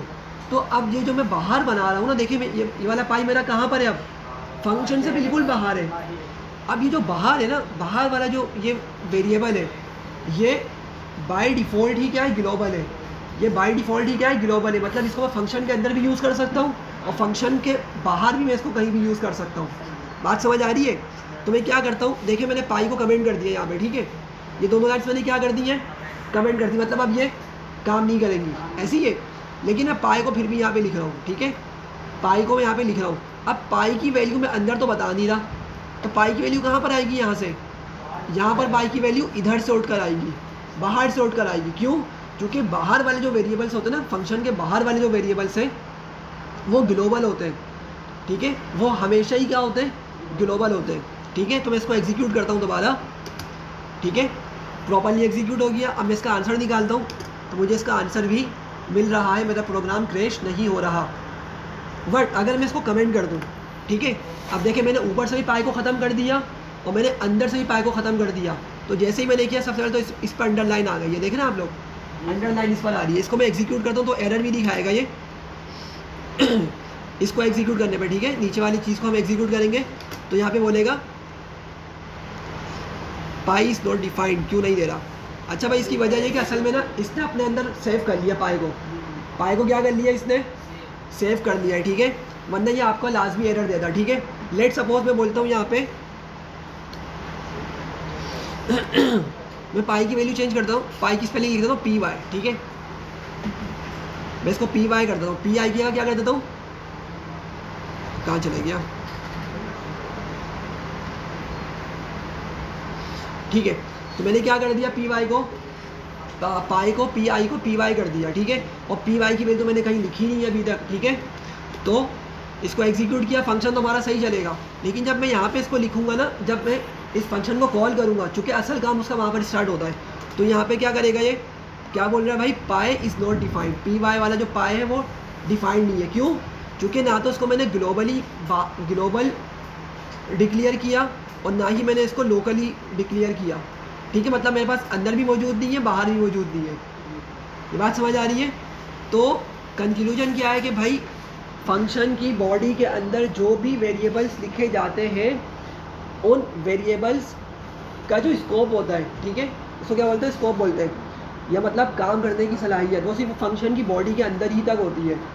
फंक्शन के बाहर वो नहीं काम कर सकते, उनकी वैल्यूज़ को हम एक्सेस नहीं कर सकते, ठीक है। तो हमने दो तरीके देखे कि भाई आप अगर चाहें तो उस वेरिएबल को जो आपने बार बार यूज़ करना है, फंक्शन के बाहर भी यूज़ करना है, फंक्शन के अंदर भी यूज़ करना है, तो उसका दो तरीके हो सकते हैं। या तो हम उस वेरिएबल को फंक्शन के बाहर ही बना दें, उस वेरिएबल को आप क्या करें, फंक्शन के बाहर ही बनाकर सेव कर दो उसमें वैल्यू, एक तरीका। लेकिन अगर आप चाह रहे हैं कि नहीं भाई मैं फंक्शन के अंदर ही लिखूँ, मसला नहीं, आप फंक्शन के अंदर लिख लो उसको, लेकिन फिर क्या करें, इस तरह ग्लोबल पाई लिख लें, तो क्या होगा, आपके पास फिर वो चीज़ बाहर भी एक्सेस हो सकती है। सही है? सबको क्लियर है ये चीज़? सिंपल सा कॉन्सेप्ट है, ठीक है। कोई कन्फ्यूजन है इसके अंदर या आगे चलूँ? ठीक है। अच्छा, तो ये फंक्शन का एक पार्ट रह गया था लास्ट क्लास में, जब हमने पढ़ा था तो उस टाइम मैंने बताना मुनासिब नहीं समझा था। अब इसमें एक चीज़, दो चीज़ें और हैं।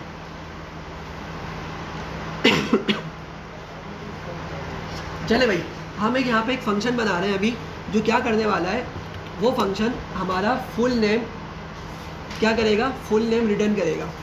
मतलब हम उसको दो नेम बनाएंगे, जैसे first name Mohammed, second name Azim, Mohammed Azim. अब वो क्या करेगा, वो पूरे नेम को एक साथ बना के हमें दे देगा, कोई मैसेज भी लिख के दे देगा, ठीक है।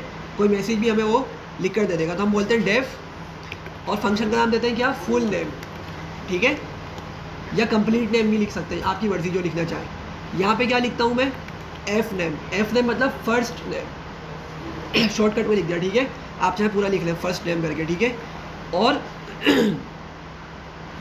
लास्ट नेम को मैं लिख रहा हूँ, ठीक है, लास्ट नेम को मैंने एल नेम करके लिख दिया शॉर्टकट में, ठीक है।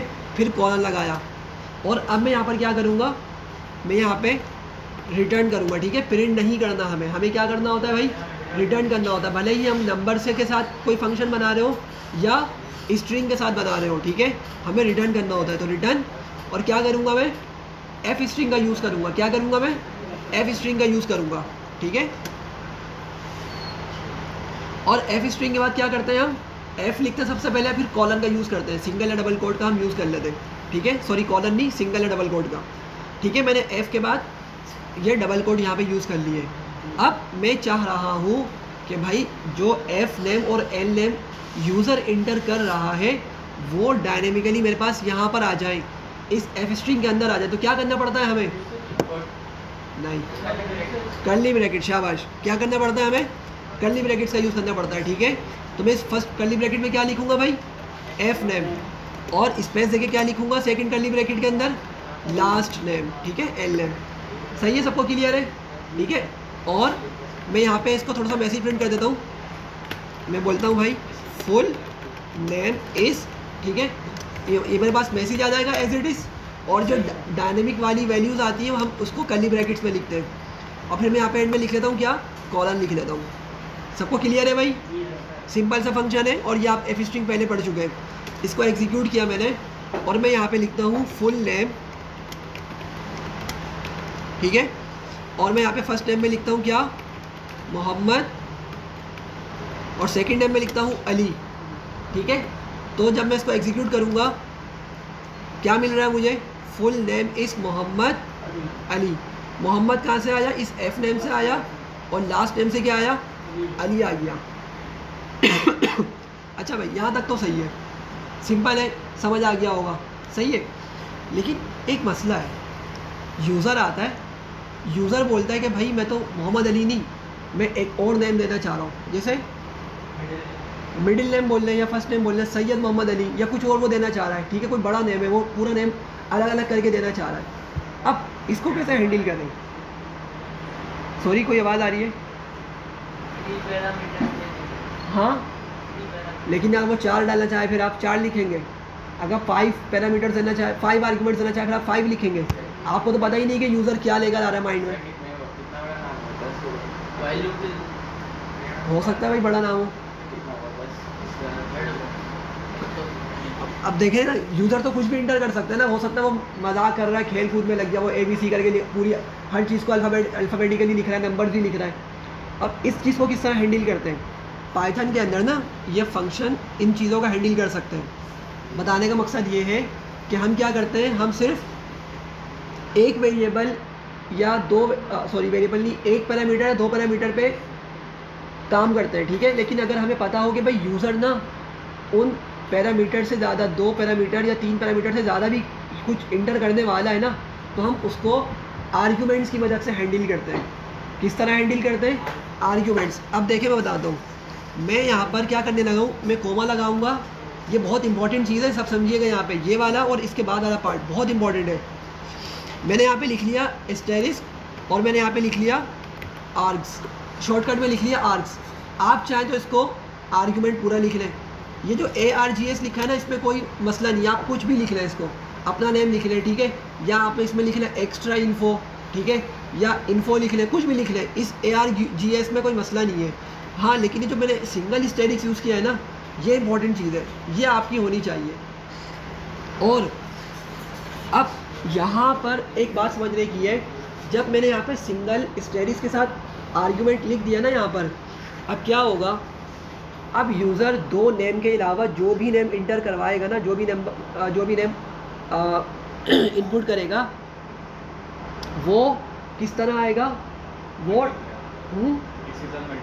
नहीं मल्टीप्लाई नहीं होगा। पता है वो क्या होगा, असल में इसको लिखने का तरीका है, ये लग रहा है मल्टीप्लाई, लेकिन मल्टीप्लाई नहीं होगा, वो ना आपका टपल बनकर आएगा। वो जो भी एक्स्ट्रा चीज़ होगी ना, एक्स्ट्रा इन्फो जो भी होगी वो किस में आएगी भाई, टपल में आएगी। ठीक है, पहले मैं आपको शो करवाता हूँ कि किस तरह टपल में आएगी।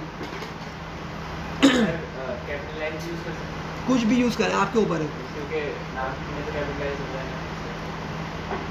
कैपिटलाइज क्या मतलब, मैं समझा नहीं, कहाँ पे, इधर बोल रहे हैं आप? हाँ हाँ बिल्कुल कर सकते हैं आप। यहाँ पे आके आप डॉट कैपिटलाइज लगा दें, ताकि अगर यूज़र क्या करे, अगर यूज़र स्मॉल लेटर्स में नेम इंटर कर रहा है तो वो उसको क्या करे, ऑटोमेटिकली कैपिटल लेटर में ले जाए। ब्रैकेट में करना होगा, वो इसलिए क्योंकि देखें ब्रैकेट्स के अंदर ना आपका फंक्शन मतलब पाइथन काम करता है। अगर मैं यहाँ पे डॉट कैपिटलाइज कर दूंगा ना बाहर, तो क्या करेगा वो, उसको एज इट इज लाके दिखा देगा। हाँ यहाँ पर भी, लेकिन यूज़र खुद क्यों लगा के देगा आपको कैपिटलाइज? इधर एंड में तो मेरा नहीं ख्याल काम करेगा, देख लेते हैं। वैसे मेरे माइंड में इस तरह की कोई चीज़ है नहीं ट्राई करके देख लेते हैं इसको। वैसे काम शायद ना करे, कर रहा है।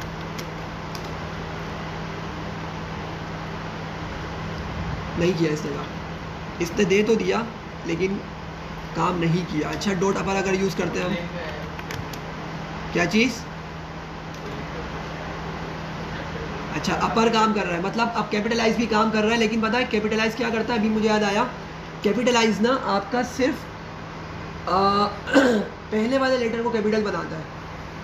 एक कैपिटलाइज होता है और एक और चीज़ होती है, if I am not wrong, सबर करें, इसको मैं एफ लिखता हूँ स्मॉल करके और यहाँ पे मैं डॉट कैपिटलाइज यूज़ करता हूँ। हाँ सही है, देख रहे हैं? तो पूरी स्ट्रिंग का क्या कर रहा है, सिर्फ फर्स्ट लेटर कैपिटल बनाएगा वो। लेकिन हमने तो इस वाले में दिया ना, तो जहाँ पे यूज़र एंटर करता है। नहीं, ये क्या करेगा, ये पूरी चीज़ पहले आपका फंक्शन कॉल करेगा। फंक्शन कॉल जब होगा तो आपका वहाँ पे मोहम्मद जाएगा फर्स्ट नेम में, लास्ट नेम में अली जाएगा, वहाँ से पूरी स्ट्रिंग रिटर्न होगी। अब जब ये स्ट्रिंग रिटर्न होगी ना, फिर उस पर कैपिटलाइज काम करेगा। ठीक है, सिर्फ ये अली और मोहम्मद पे काम नहीं करेगा। ठीक है, तो आप कैपिटलाइज यूज़ करना तो आप यहाँ पे यूज़ कर सकते हैं नेम्स को हैंडल करने के लिए इन ब्रैकेट्स के अंदर। सही है भाई, लेकिन खैर अभी जो बताने लगा हूँ उसको ज़रा देखें।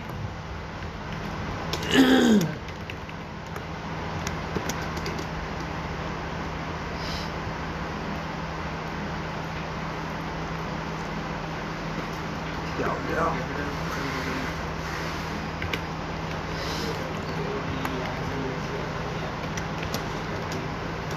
अच्छा भाई, तो मैं बता क्या रहा था कि आर्ग्यूमेंट्स के बारे में, अगर यूज़र एक से ज़्यादा कोई इनपुट दे सकता है, कुछ इनपुट दे सकता है, तो हम उसको किस तरह हैंडल करते हैं? दो तरीके होते हैं। पहला तरीका बता रहा हूँ मैं आपको कि हम सिंगल एस्टेरिक्स यूज़ करें और उसके बाद कुछ भी पैरामीटर का नाम लिख दें। ठीक है, बेहतर ये होता है कि हम आर्ग्यूमेंट से लिखें, ताकि मतलब एक कन्वेंशन चली आ रही है। आप इसको कहीं भी देखेंगे ना, जो प्रोग्रामर्स होते हैं आपको वो यूजुअली आर्ग्यूमेंट्स ही लिखते हुए दिखेंगे, या तो पूरा लिख देते हैं वो आर्ग्यूमेंट्स, या तो क्या करेंगे वो ARGS करके छोड़ देते हैं। ठीक है, ताकि जो रीडर हो ना, जो बाद में रीड कोड को पढ़े या कोड को कुछ उसमें कोई बग फिक्सिंग वाला करनी हो, तो उसको आइडिया रहे कि भाई यहाँ पे आर्ग्यूमेंट्स का काम हुआ है। ठीक है, अब देखें यहाँ पे ज़रा एक चीज़, मैं यहाँ पर प्रिंट कर रहा हूँ किसको, बल्कि मैं रिटर्न नहीं कर देता हूँ। मैं क्या करता हूँ, मैं इसके बाद लिख देता हूँ दिस इज़ एडिशनल इन्फो। ठीक है, और फिर ब्रैकेट्स बना के मैं यहाँ पे लिख देता हूँ आर्ग्यूमेंट्स। ठीक है, मैंने क्या किया, वो जो मैंने जिस चीज़ के अंदर, ये मेरा पैरामीटर था ना भाई, पैरामीटर तो ये भी है, सही है, ये जो मेरा पैरामीटर था। अब लेकिन ये पैरामीटर क्या कर सकता है, एक से ज़्यादा चीज़ों को अपने अंदर स्टोर कर सकता है ये। ठीक है, तो मैंने उसको प्रिंट करवा दिया मैसेज बढ़ाकर। सही है, सब यहाँ तक पहुँच गए भाई, सबको यहाँ तक क्लियर है क्या किया है? एग्जीक्यूट करते हैं दोबारा। और मैं यहाँ पर आके क्या करता हूँ, मैं यहाँ पर आके लेट सपोज ले देता हूँ नाम, ठीक है, सैयद, और मैं यहाँ पे लेट सपोज उसकी एज दे देता हूँ 12। ठीक है, मैं इसके बाद इसकी फॉर एग्जांपल हाइट दे देता हूँ कि भाई 5.4। ठीक है, XYZ, मतलब इस तरह की हम रैंडम बहुत सारी इन्फॉर्मेशन डाल सकते हैं। ठीक है, तो देखिए ज़रा, ये 3 इन्फॉर्मेशन मेरे पास क्या है भाई, एक्स्ट्रा है। ये 3 इन्फॉर्मेशन क्या है, एक्स्ट्रा है। ये जो फर्स्ट मोहम्मद है ये कहाँ जाएगा, F नेम में, फर्स्ट नेम में। अली जो है ये कहाँ जाएगा, लास्ट नेम में। और उसके बाद जो भी इन्फॉर्मेशन है, भले आपकी कितनी ही बड़ी इन्फॉर्मेशन हो, वो सब की सब किस में जाएगी, आर्ग्यूमेंट्स में जाएगी। ठीक है, तो इसको हम एग्जीक्यूट करते हैं और देखते हैं कि हमें किस तरह से मिल रहा है। ये देखें हमारे पास क्या आया, टपल आया सबसे पहले तो, ये देखें ये टपल का ब्रैकेट्स है ना भाई, ये टपल आया और टपल के अंदर हमारे पास सैयद आ गया, 12 आ गया और क्या आ गया भाई 5.4 आ गया। जो भी इंफॉर्मेशन ली हमने वो आ गई। तो अब जब भी हमें कोई एडिशनल इन्फॉर्मेशन मतलब पता होता है ना कि भाई यूज़र एक से ज़्यादा इन्फॉर्मेशन इनपुट कर सकता है, तो फिर हमें क्या करना होता है, हमें ये आर्ग्यूमेंट्स वाला काम करना होता है। ठीक है, क्योंकि यूज़र क्या कर सकता है, कुछ भी इंटर करवा सकता है। ठीक है, और इसकी जो सबसे अच्छी एप्लीकेशन होती है ना वो होती है जब हम डेवलपमेंट कर रहे होते हैं, तो वहाँ पर इस तरह से होता है कि भाई जब हम वेबसाइट से कोई डेटा उठा रहे हैं ना, तो हमें पता है लेट सपोज वेबसाइट से हमने कोई API कॉल करी और वहाँ से दो चीज़ें आ रही हैं हमारे पास। ठीक है, लेट सपोज के स्टूडेंट का नेम आ रहा है और स्टूडेंट की एज आ रही है। वेबसाइट से API हमने कोई API कॉल करी और वहाँ से फ़िलहाल समझें कि दो चीज़ें आ रही है, स्टूडेंट का नेम और उसकी एज आ रही है। ठीक है, तो हमने एक फंक्शन बनाया जो क्या करेगा, उस डेटा को गेट करके हमें प्रिंट करके देगा भाई स्टूडेंट का ये डेटा हमें मिला है। सही है, थोड़ा सा टेक्निकल होगा लेकिन सिंपल सी चीज़ है। अब क्या हो सकता है, अगर मुझे ये पता हो कि भाई API ना समटाइम्स क्या करती है, मतलब ऐसा भी हो सकता है कि जो API है ना वो सम टाइम किसी ड्यूरेशन के अंदर वो हमें एक से ज़्यादा इनपुट दे रही है। मतलब स्टूडेंट का नेम और एज के अलावा ना उसकी हाइट भी दे रही है, उसकी फ़ीस भी दे रही है, उसके पेरेंट्स का नाम भी दे रही है, उसके स्कूल का नेम भी दे रही है। ठीक है, उसकी क्लास का भी बता रही है कौन सी क्लास में, इतना सारा डेटा आ गया। ठीक है, तो अगर हमने ये आर्गूमेंट यूज़ नहीं किया होगा ना, ये वाला पार्ट अगर हमने यूज़ नहीं किया होगा स्टैटिक से लेके, तो क्या होगा, हमारा प्रोग्राम क्रैश हो जाएगा। प्रोग्राम के मतलब फंक्शन क्या हो जाएगा, हमारा फट जाएगा। ठीक है, एरर दे देगा। तो उसको हैंडल करने के लिए क्या करते हैं, हम आर्ग्यूमेंट्स का यूज़ लाजमी करते हैं। ठीक है, सबको क्लियर है यहाँ तक? अच्छा, अब बात ये है कि भाई आर्ग्यूमेंट्स तो मिल गए हमें, किस तरह मिले आर्ग्यूमेंट्स हमें, टपल की फॉर्म में, लेकिन इसको मैं यूज़ किस तरह कर सकता हूँ अपनी फंक्शन में, इसको मैं फंक्शन में यूज़ किस तरह कर सकता हूँ, बात समझ आ रही है? फंक्शन में यूज़ किस तरह कर सकता हूँ, तो देखिए हम क्या कर सकते हैं, अगर मुझे इस टपल से वैल्यू निकालनी है ना बारी बारी करके, तो मैं क्या कर सकता हूँ, इस पर लूप चलाना पड़ेगा, मुझे क्या करना पड़ेगा, लूप चलाना पड़ेगा। ठीक है, इंडेक्सिंग भी की जा सकती है, लेकिन फिर वही बात है कि हमें पता नहीं होता कि भाई कितना डेटा आने वाला है, यूज़र क्या 4 वैल्यूज़ इंटर करेगा या 40 करेगा या 400 करेगा, हमें नहीं पता। तो अगर हमने एक बार लूप चला दिया ना, तो जितना भी डेटा इंटर करे, फारिग इंसान बैठ के जितना भी डेटा इंटर करे, लूप क्या करेगा, हमारे सारे डेटा को बारी बारी लाकर दिखा देगा। समझ आ रही है सुफियान? ठीक है, तो बेहतर तरीका क्या होता है, हम क्या करें, इस पर लूप चला लें। ठीक है, अब लूप कैसे चलाएंगे मैं दिखाता हूँ। फॉर लूप चलाएंगे हम यहाँ पे। ठीक है, वाइल नहीं चलाते, हम क्या चलाते हैं, फॉर चलाएंगे। यहाँ पर बोलूँगा फॉर इन्फो इन किस में भाई, आर्ग्यूमेंट्स। मतलब क्या करो, आर्ग्यूमेंट्स पे चलो, आर्ग्यूमेंट से डेटा निकालो, किस में लाओ, निकाल कर इन्फो में लाओ। इन्फो क्या है, हमारा आइटरेटर कहलाता है। इन्फो क्या होता है भाई, आइटरेटर कहलाता है। ठीक है, और वो क्या करेगा, इन्फो के अंदर फर्स्ट चीज़ क्या निकाल के लाएगा भाई, सैयद लाएगा। सेकंड टाइम में किसको लेकर आएगा, 12 को लेकर आएगा, और थर्ड टाइम में किसको लेकर आएगा, 5.4 को लेकर आएगा। ठीक है, तो हम क्या कर सकते हैं, सिंपली यहाँ पर इन्फो को प्रिंट कर लेते हैं। ठीक है, यहाँ पे क्या करते हैं, इन्फो को प्रिंट कर लेते हैं ताकि हमें पता चल सके भाई डेटा में हमारे पास ये चीज़ें मौजूद हैं। बात समझ आ रही है भाई सबको? मैंने बताया कि भाई हम टपल से डेटा को किस तरह अनपैक कर सकते हैं। ठीक है, ये क्या कहलाती है, इसको क्या बोलते हैं, टपल से डेटा को अनपैक करना। ठीक है, क्या बोलते हैं इसको कि भाई डेटा को क्या कर दो, अनपैक कर दो। मतलब जो डेटा टपल में मिल रहा है उसको क्या करो, निकाल कर अपने इस्तेमाल में ले लो। ठीक है, तो क्या करेंगे हम, इसको एग्जीक्यूट करते हैं दोबारा से, और इसको मैं दोबारा से एग्जीक्यूट करता हूँ। तो क्या मिल रहा है, पहले मुझे सैयद मिल रहा है, फिर क्या मिल रहा है मुझे, 12 मिल रहा है, उसकी जो एज होगी। ठीक है, और उसकी फिर मुझे हाइट मिल रही है। सही है, तो इस तरीके से हम क्या कर सकते हैं, डेटा को अनपैक करके अपने किसी भी काम में यूज़ कर सकते हैं। बात समझ आ रही है? क्लियर है सबको? ठीक है, तो ये क्या हो गया जी, बोले। मतलब ये है कि भाई आपका जो डेटा एक्स्ट्रा आ रहा है ना, आप क्या कर सकते हैं, उस फर्दर डेटा को एटलीस्ट प्रिंट कर सकते हैं ताकि आपको आइडिया हो कि कौन कौन सा डेटा आ रहा है। ठीक है, नहीं, और भी कर सकते हैं, बताता हूँ मैं आपको, ठीक है। अभी एक एग्जाम्पल करवाता हूँ, मैं आपको देता हूँ, ठीक है। हम क्या कर सकते हैं, जो एडिशनल डेटा आ रहा है ना, हम उसको भी एक्सेस करके अपना काम करवा सकते हैं। अब आप लोग एक काम ये करें, स्क्रीन डिस्कनेक्ट कर रहा हूँ मैं, आप लोग एक फंक्शन बनाएंगे, सब यहाँ पे समझें, एक फंक्शन बनाएंगे और उसमें सिर्फ एक ही पैरामीटर होगा, उसमें सिर्फ एक पैरामीटर होगा, और वो कौन सा होगा, आर्गुमेंट वाला।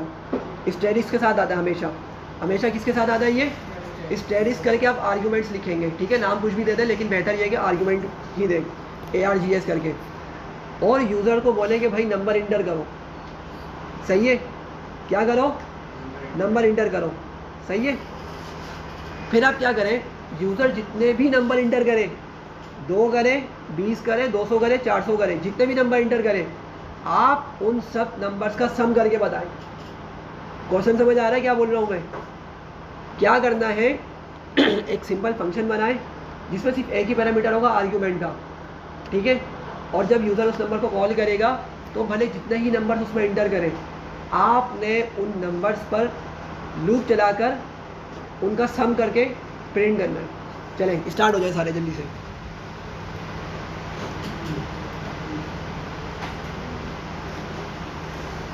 चले मैं जल्दी से, मुझे इसका नेक्स्ट पार्ट करवाना है, तो जल्दी से स्टार्ट हो जाए।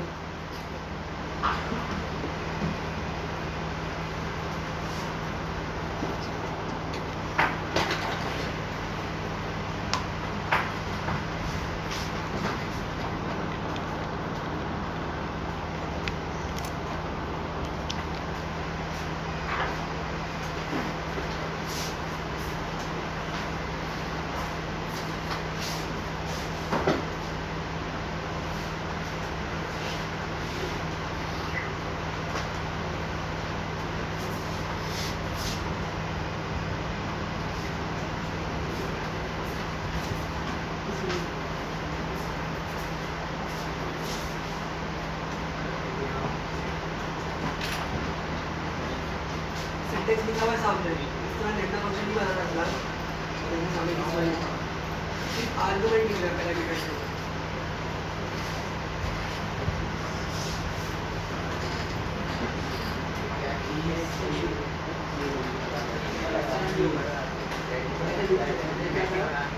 जो आर्गुमेंट आएगा उसको जाके लूप चलाएगा, इसको जो आएगा तो आप समाप्ति को उसको लेकर आएगा, वाइल लूप है, आप इधर क्या करेंगे, इसमें लूप चलेगा, ठीक है। उसको हम करेंगे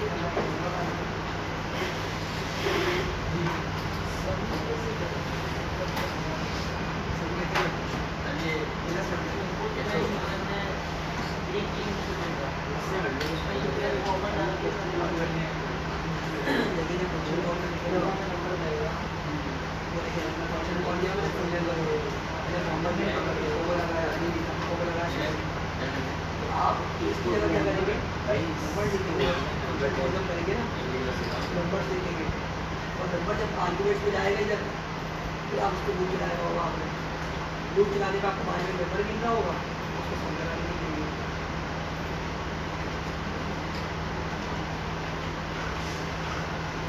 भाई मैं सारे स्टेप बता चुका हूँ। आर्गुमेंट लिखने के बाद आप लोगों ने लूप चलाना है फंक्शन के अंदर।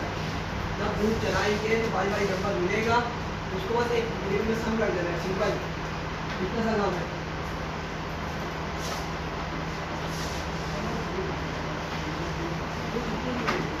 आप कैसे करते हैं, जितने भी आप क्या करते हैं, उसको लूप चला के उसको सम करना है।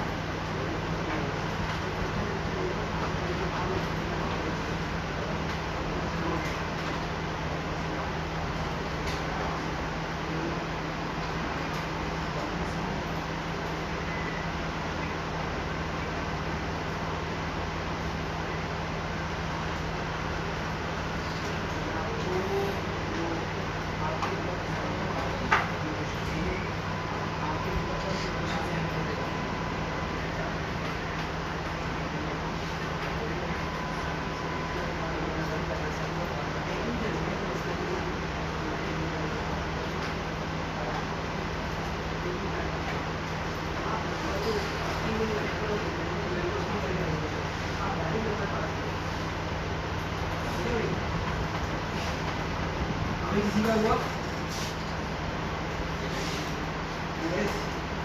सुफियान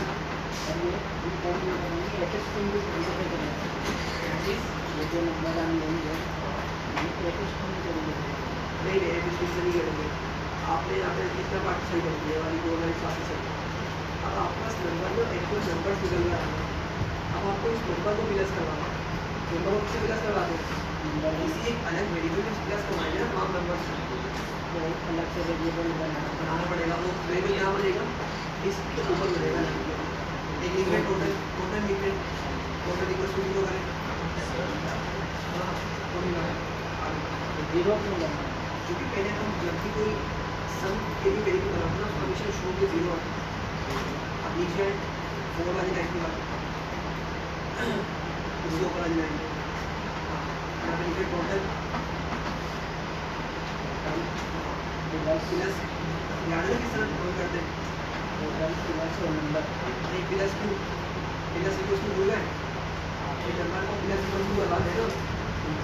हाँ और क्या प्लस करवा दें आपने इस टोटल के नंबर ठीक है। हाँ ये एक फंक्शन कॉल होगा उस टाइप का इनपुट देंगे। इनपुट फंक्शन से नहीं देंगे, डायरेक्ट फंक्शन जब कॉल होगा ना डायरेक्ट उसी में आप क्या करेंगे अपने तमाम उसको पास कर देंगे। सही है। आप किसको रिटर्न करेंगे? नंबर को करेंगे। हाँ लेकिन इधर नहीं करेंगे, इधर करेंगे। रिटर्न नंबर को करेंगे। भाई आपको क्या क्या चाहिए? सम चाहिए ना तमाम नंबर का टोटल। हाँ कॉल में आपको पूछेंगे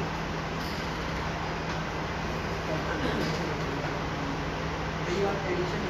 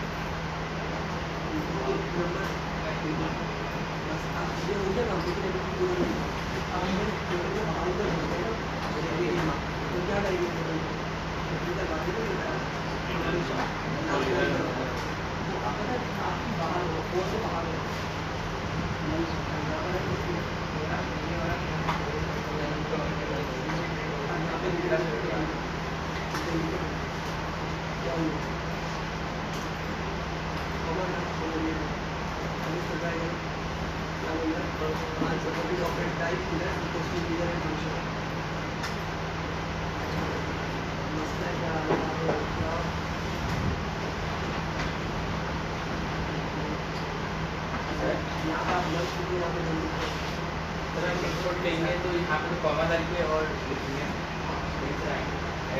देखिए आप अभी इनपुट फंक्शन का यूज़ नहीं करेंगे। आपने इनपुट फंक्शन का यूज़ किया डायरेक्ट करना है। फंक्शन जब कॉल कर देना फंक्शन कॉल कर रहे हैं उसी के ब्रैकेट में सारी वैल्यूज देंगे। इनपुट वाला तरीका यहाँ पे काम नहीं करेगा। आपको अगर इनपुट से करवाना है फिर आपको थोड़ा सा लंबा कॉल करना पड़ेगा, चल जाएगा वो भी। लेकिन आप अभी फंक्शन कॉल कर रहे हैं डायरेक्ट उसमें वैल्यूज पास करना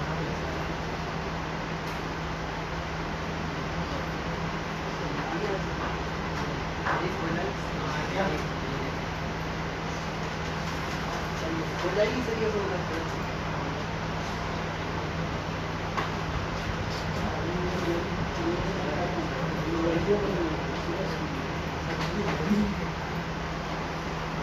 आई समझ? तो इस तरह से हम लोग वो मेडिकल के बारे में स्टूडेंट कर रहे होते हैं, तो उनको जो भी कुछ डालना है ना बार बार हम उसको आप कितने भी डालें, 4 डालें 4 तो डालें, अब आपका काम करेगा।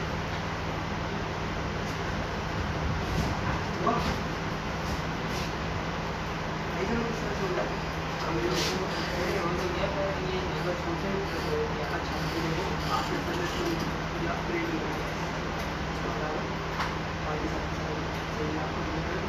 अच्छा एफ में भी डालना बट डायरेक्ट आप और आर्गुमेंट भी आपको बाहर क्या भेजेंगे, हमें क्या चाहिए टोटल चाहिए, हम किसको भेजेंगे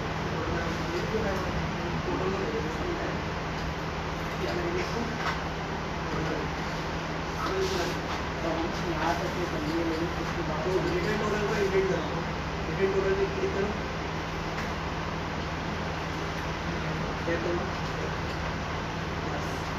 बस फंक्शन कॉल करो, नीचे आके जल्दी से बाहर करो, यहाँ पे फंक्शन कॉल करो, नंबर दीजिए अभी तो ये तो मैं सेल यूज़ कर रहा हूँ, तो रेट की जरूरत नहीं पड़ती, सेल चाहिए ना नंबर से चलेगा या इसको पूरे रेट में डालें, यार इसमें मुख्तलिफ नंबर दे दो।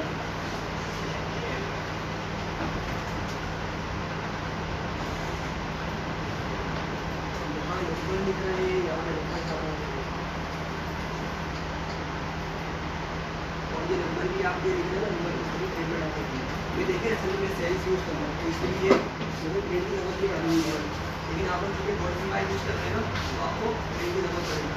आइए सही इसको सभी करेंगे तो आप लोग यहाँ से मिलेगा मेरा मोड तो सक्सेसफुल हो गया। हाँ बस आप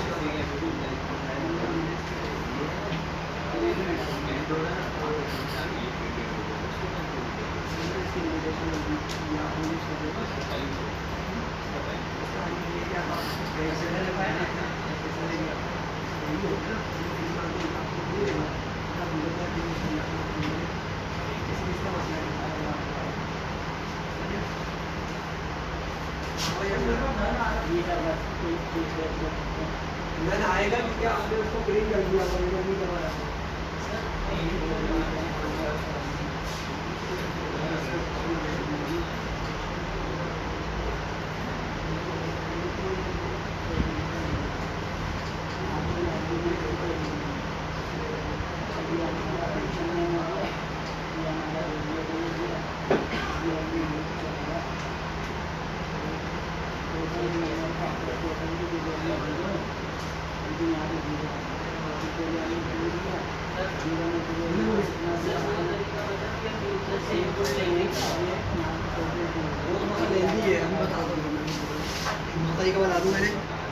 अच्छा भाई देख ले मेजोरिटी ने कर लिया है लेकिन अभी भी कुछ बाकी है स्टूडेंट्स, तो जल्दी से यहाँ पे देख ले यहाँ पर देख ले भाई यहाँ पे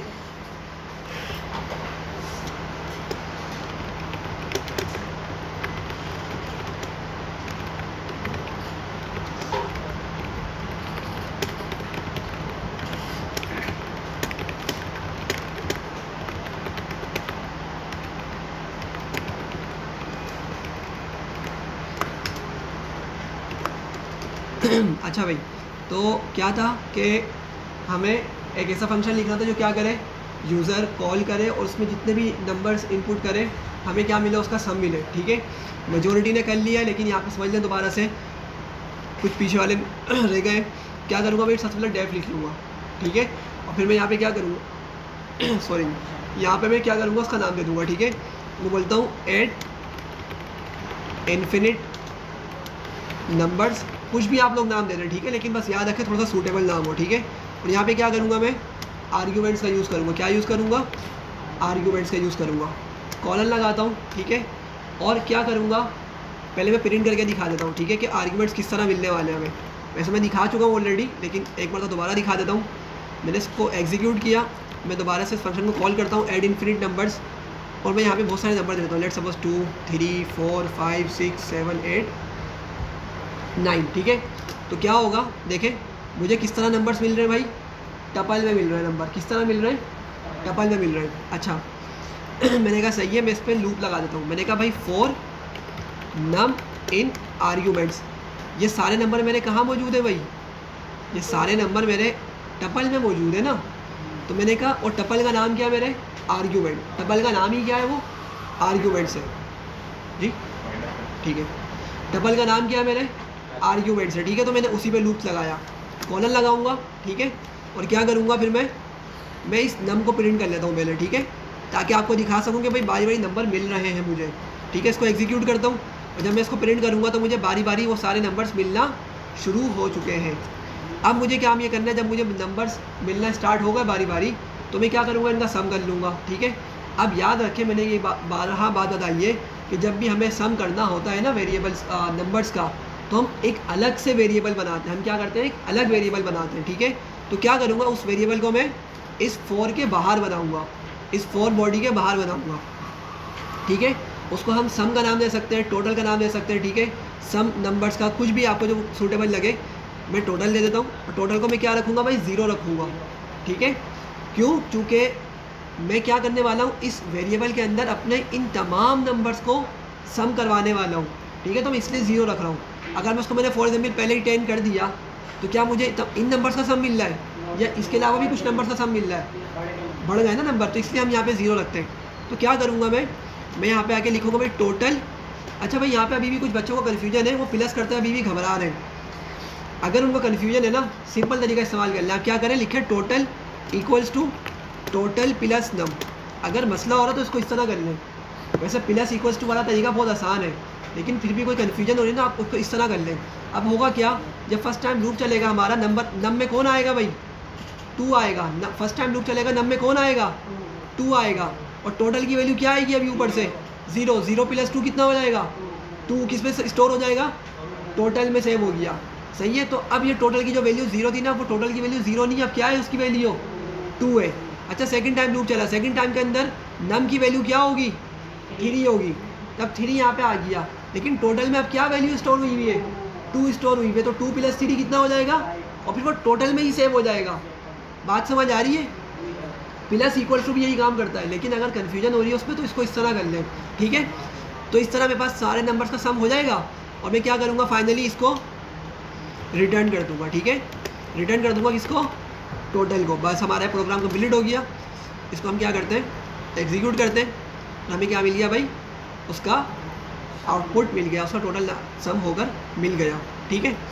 अब जो दूसरा पार्ट है मुझे बताना था, लेकिन टाइम ही ख़त्म हो गया, पता ही नहीं चला, ठीक है। तो सेकंड जो पार्ट है, हम उसको डबल स्टेरिक्स करके देखेंगे। अभी हमने एक स्टेरिक्स देखा है ना, इसको बोलते हैं आर्ग्यूमेंट्स। जो डबल स्टेरिक्स के ना, उसको हम क्या बोलते हैं, कीवर्ड आर्ग्यूमेंट। उसका नाम क्या होता है, कीवर्ड आर्ग्यूमेंट। इसको इंशाल्लाह फिर नेक्स्ट क्लास में डिस्कस करते हैं, ठीक है। अभी तक जो पढ़ा उसको क्लियर है, कुछ समझ आ रही है, कोई कन्फ्यूजन तो नहीं है, ठीक है। मैं प्रैक्टिस इसलिए साथ साथ करवा रहा हूँ कि भाई आप लोग घर पे तो करते नहीं है। अच्छा, यहाँ पे कुछ करके चले जाएंगे, प्रैक्टिस कर लेंगे, समझ आ जाएगा, ठीक है। तो इंशाल्लाह फिर हम इस कीवर्ड आर्गुमेंट वाले को नेक्स्ट क्लास में डिस्कस करते हैं।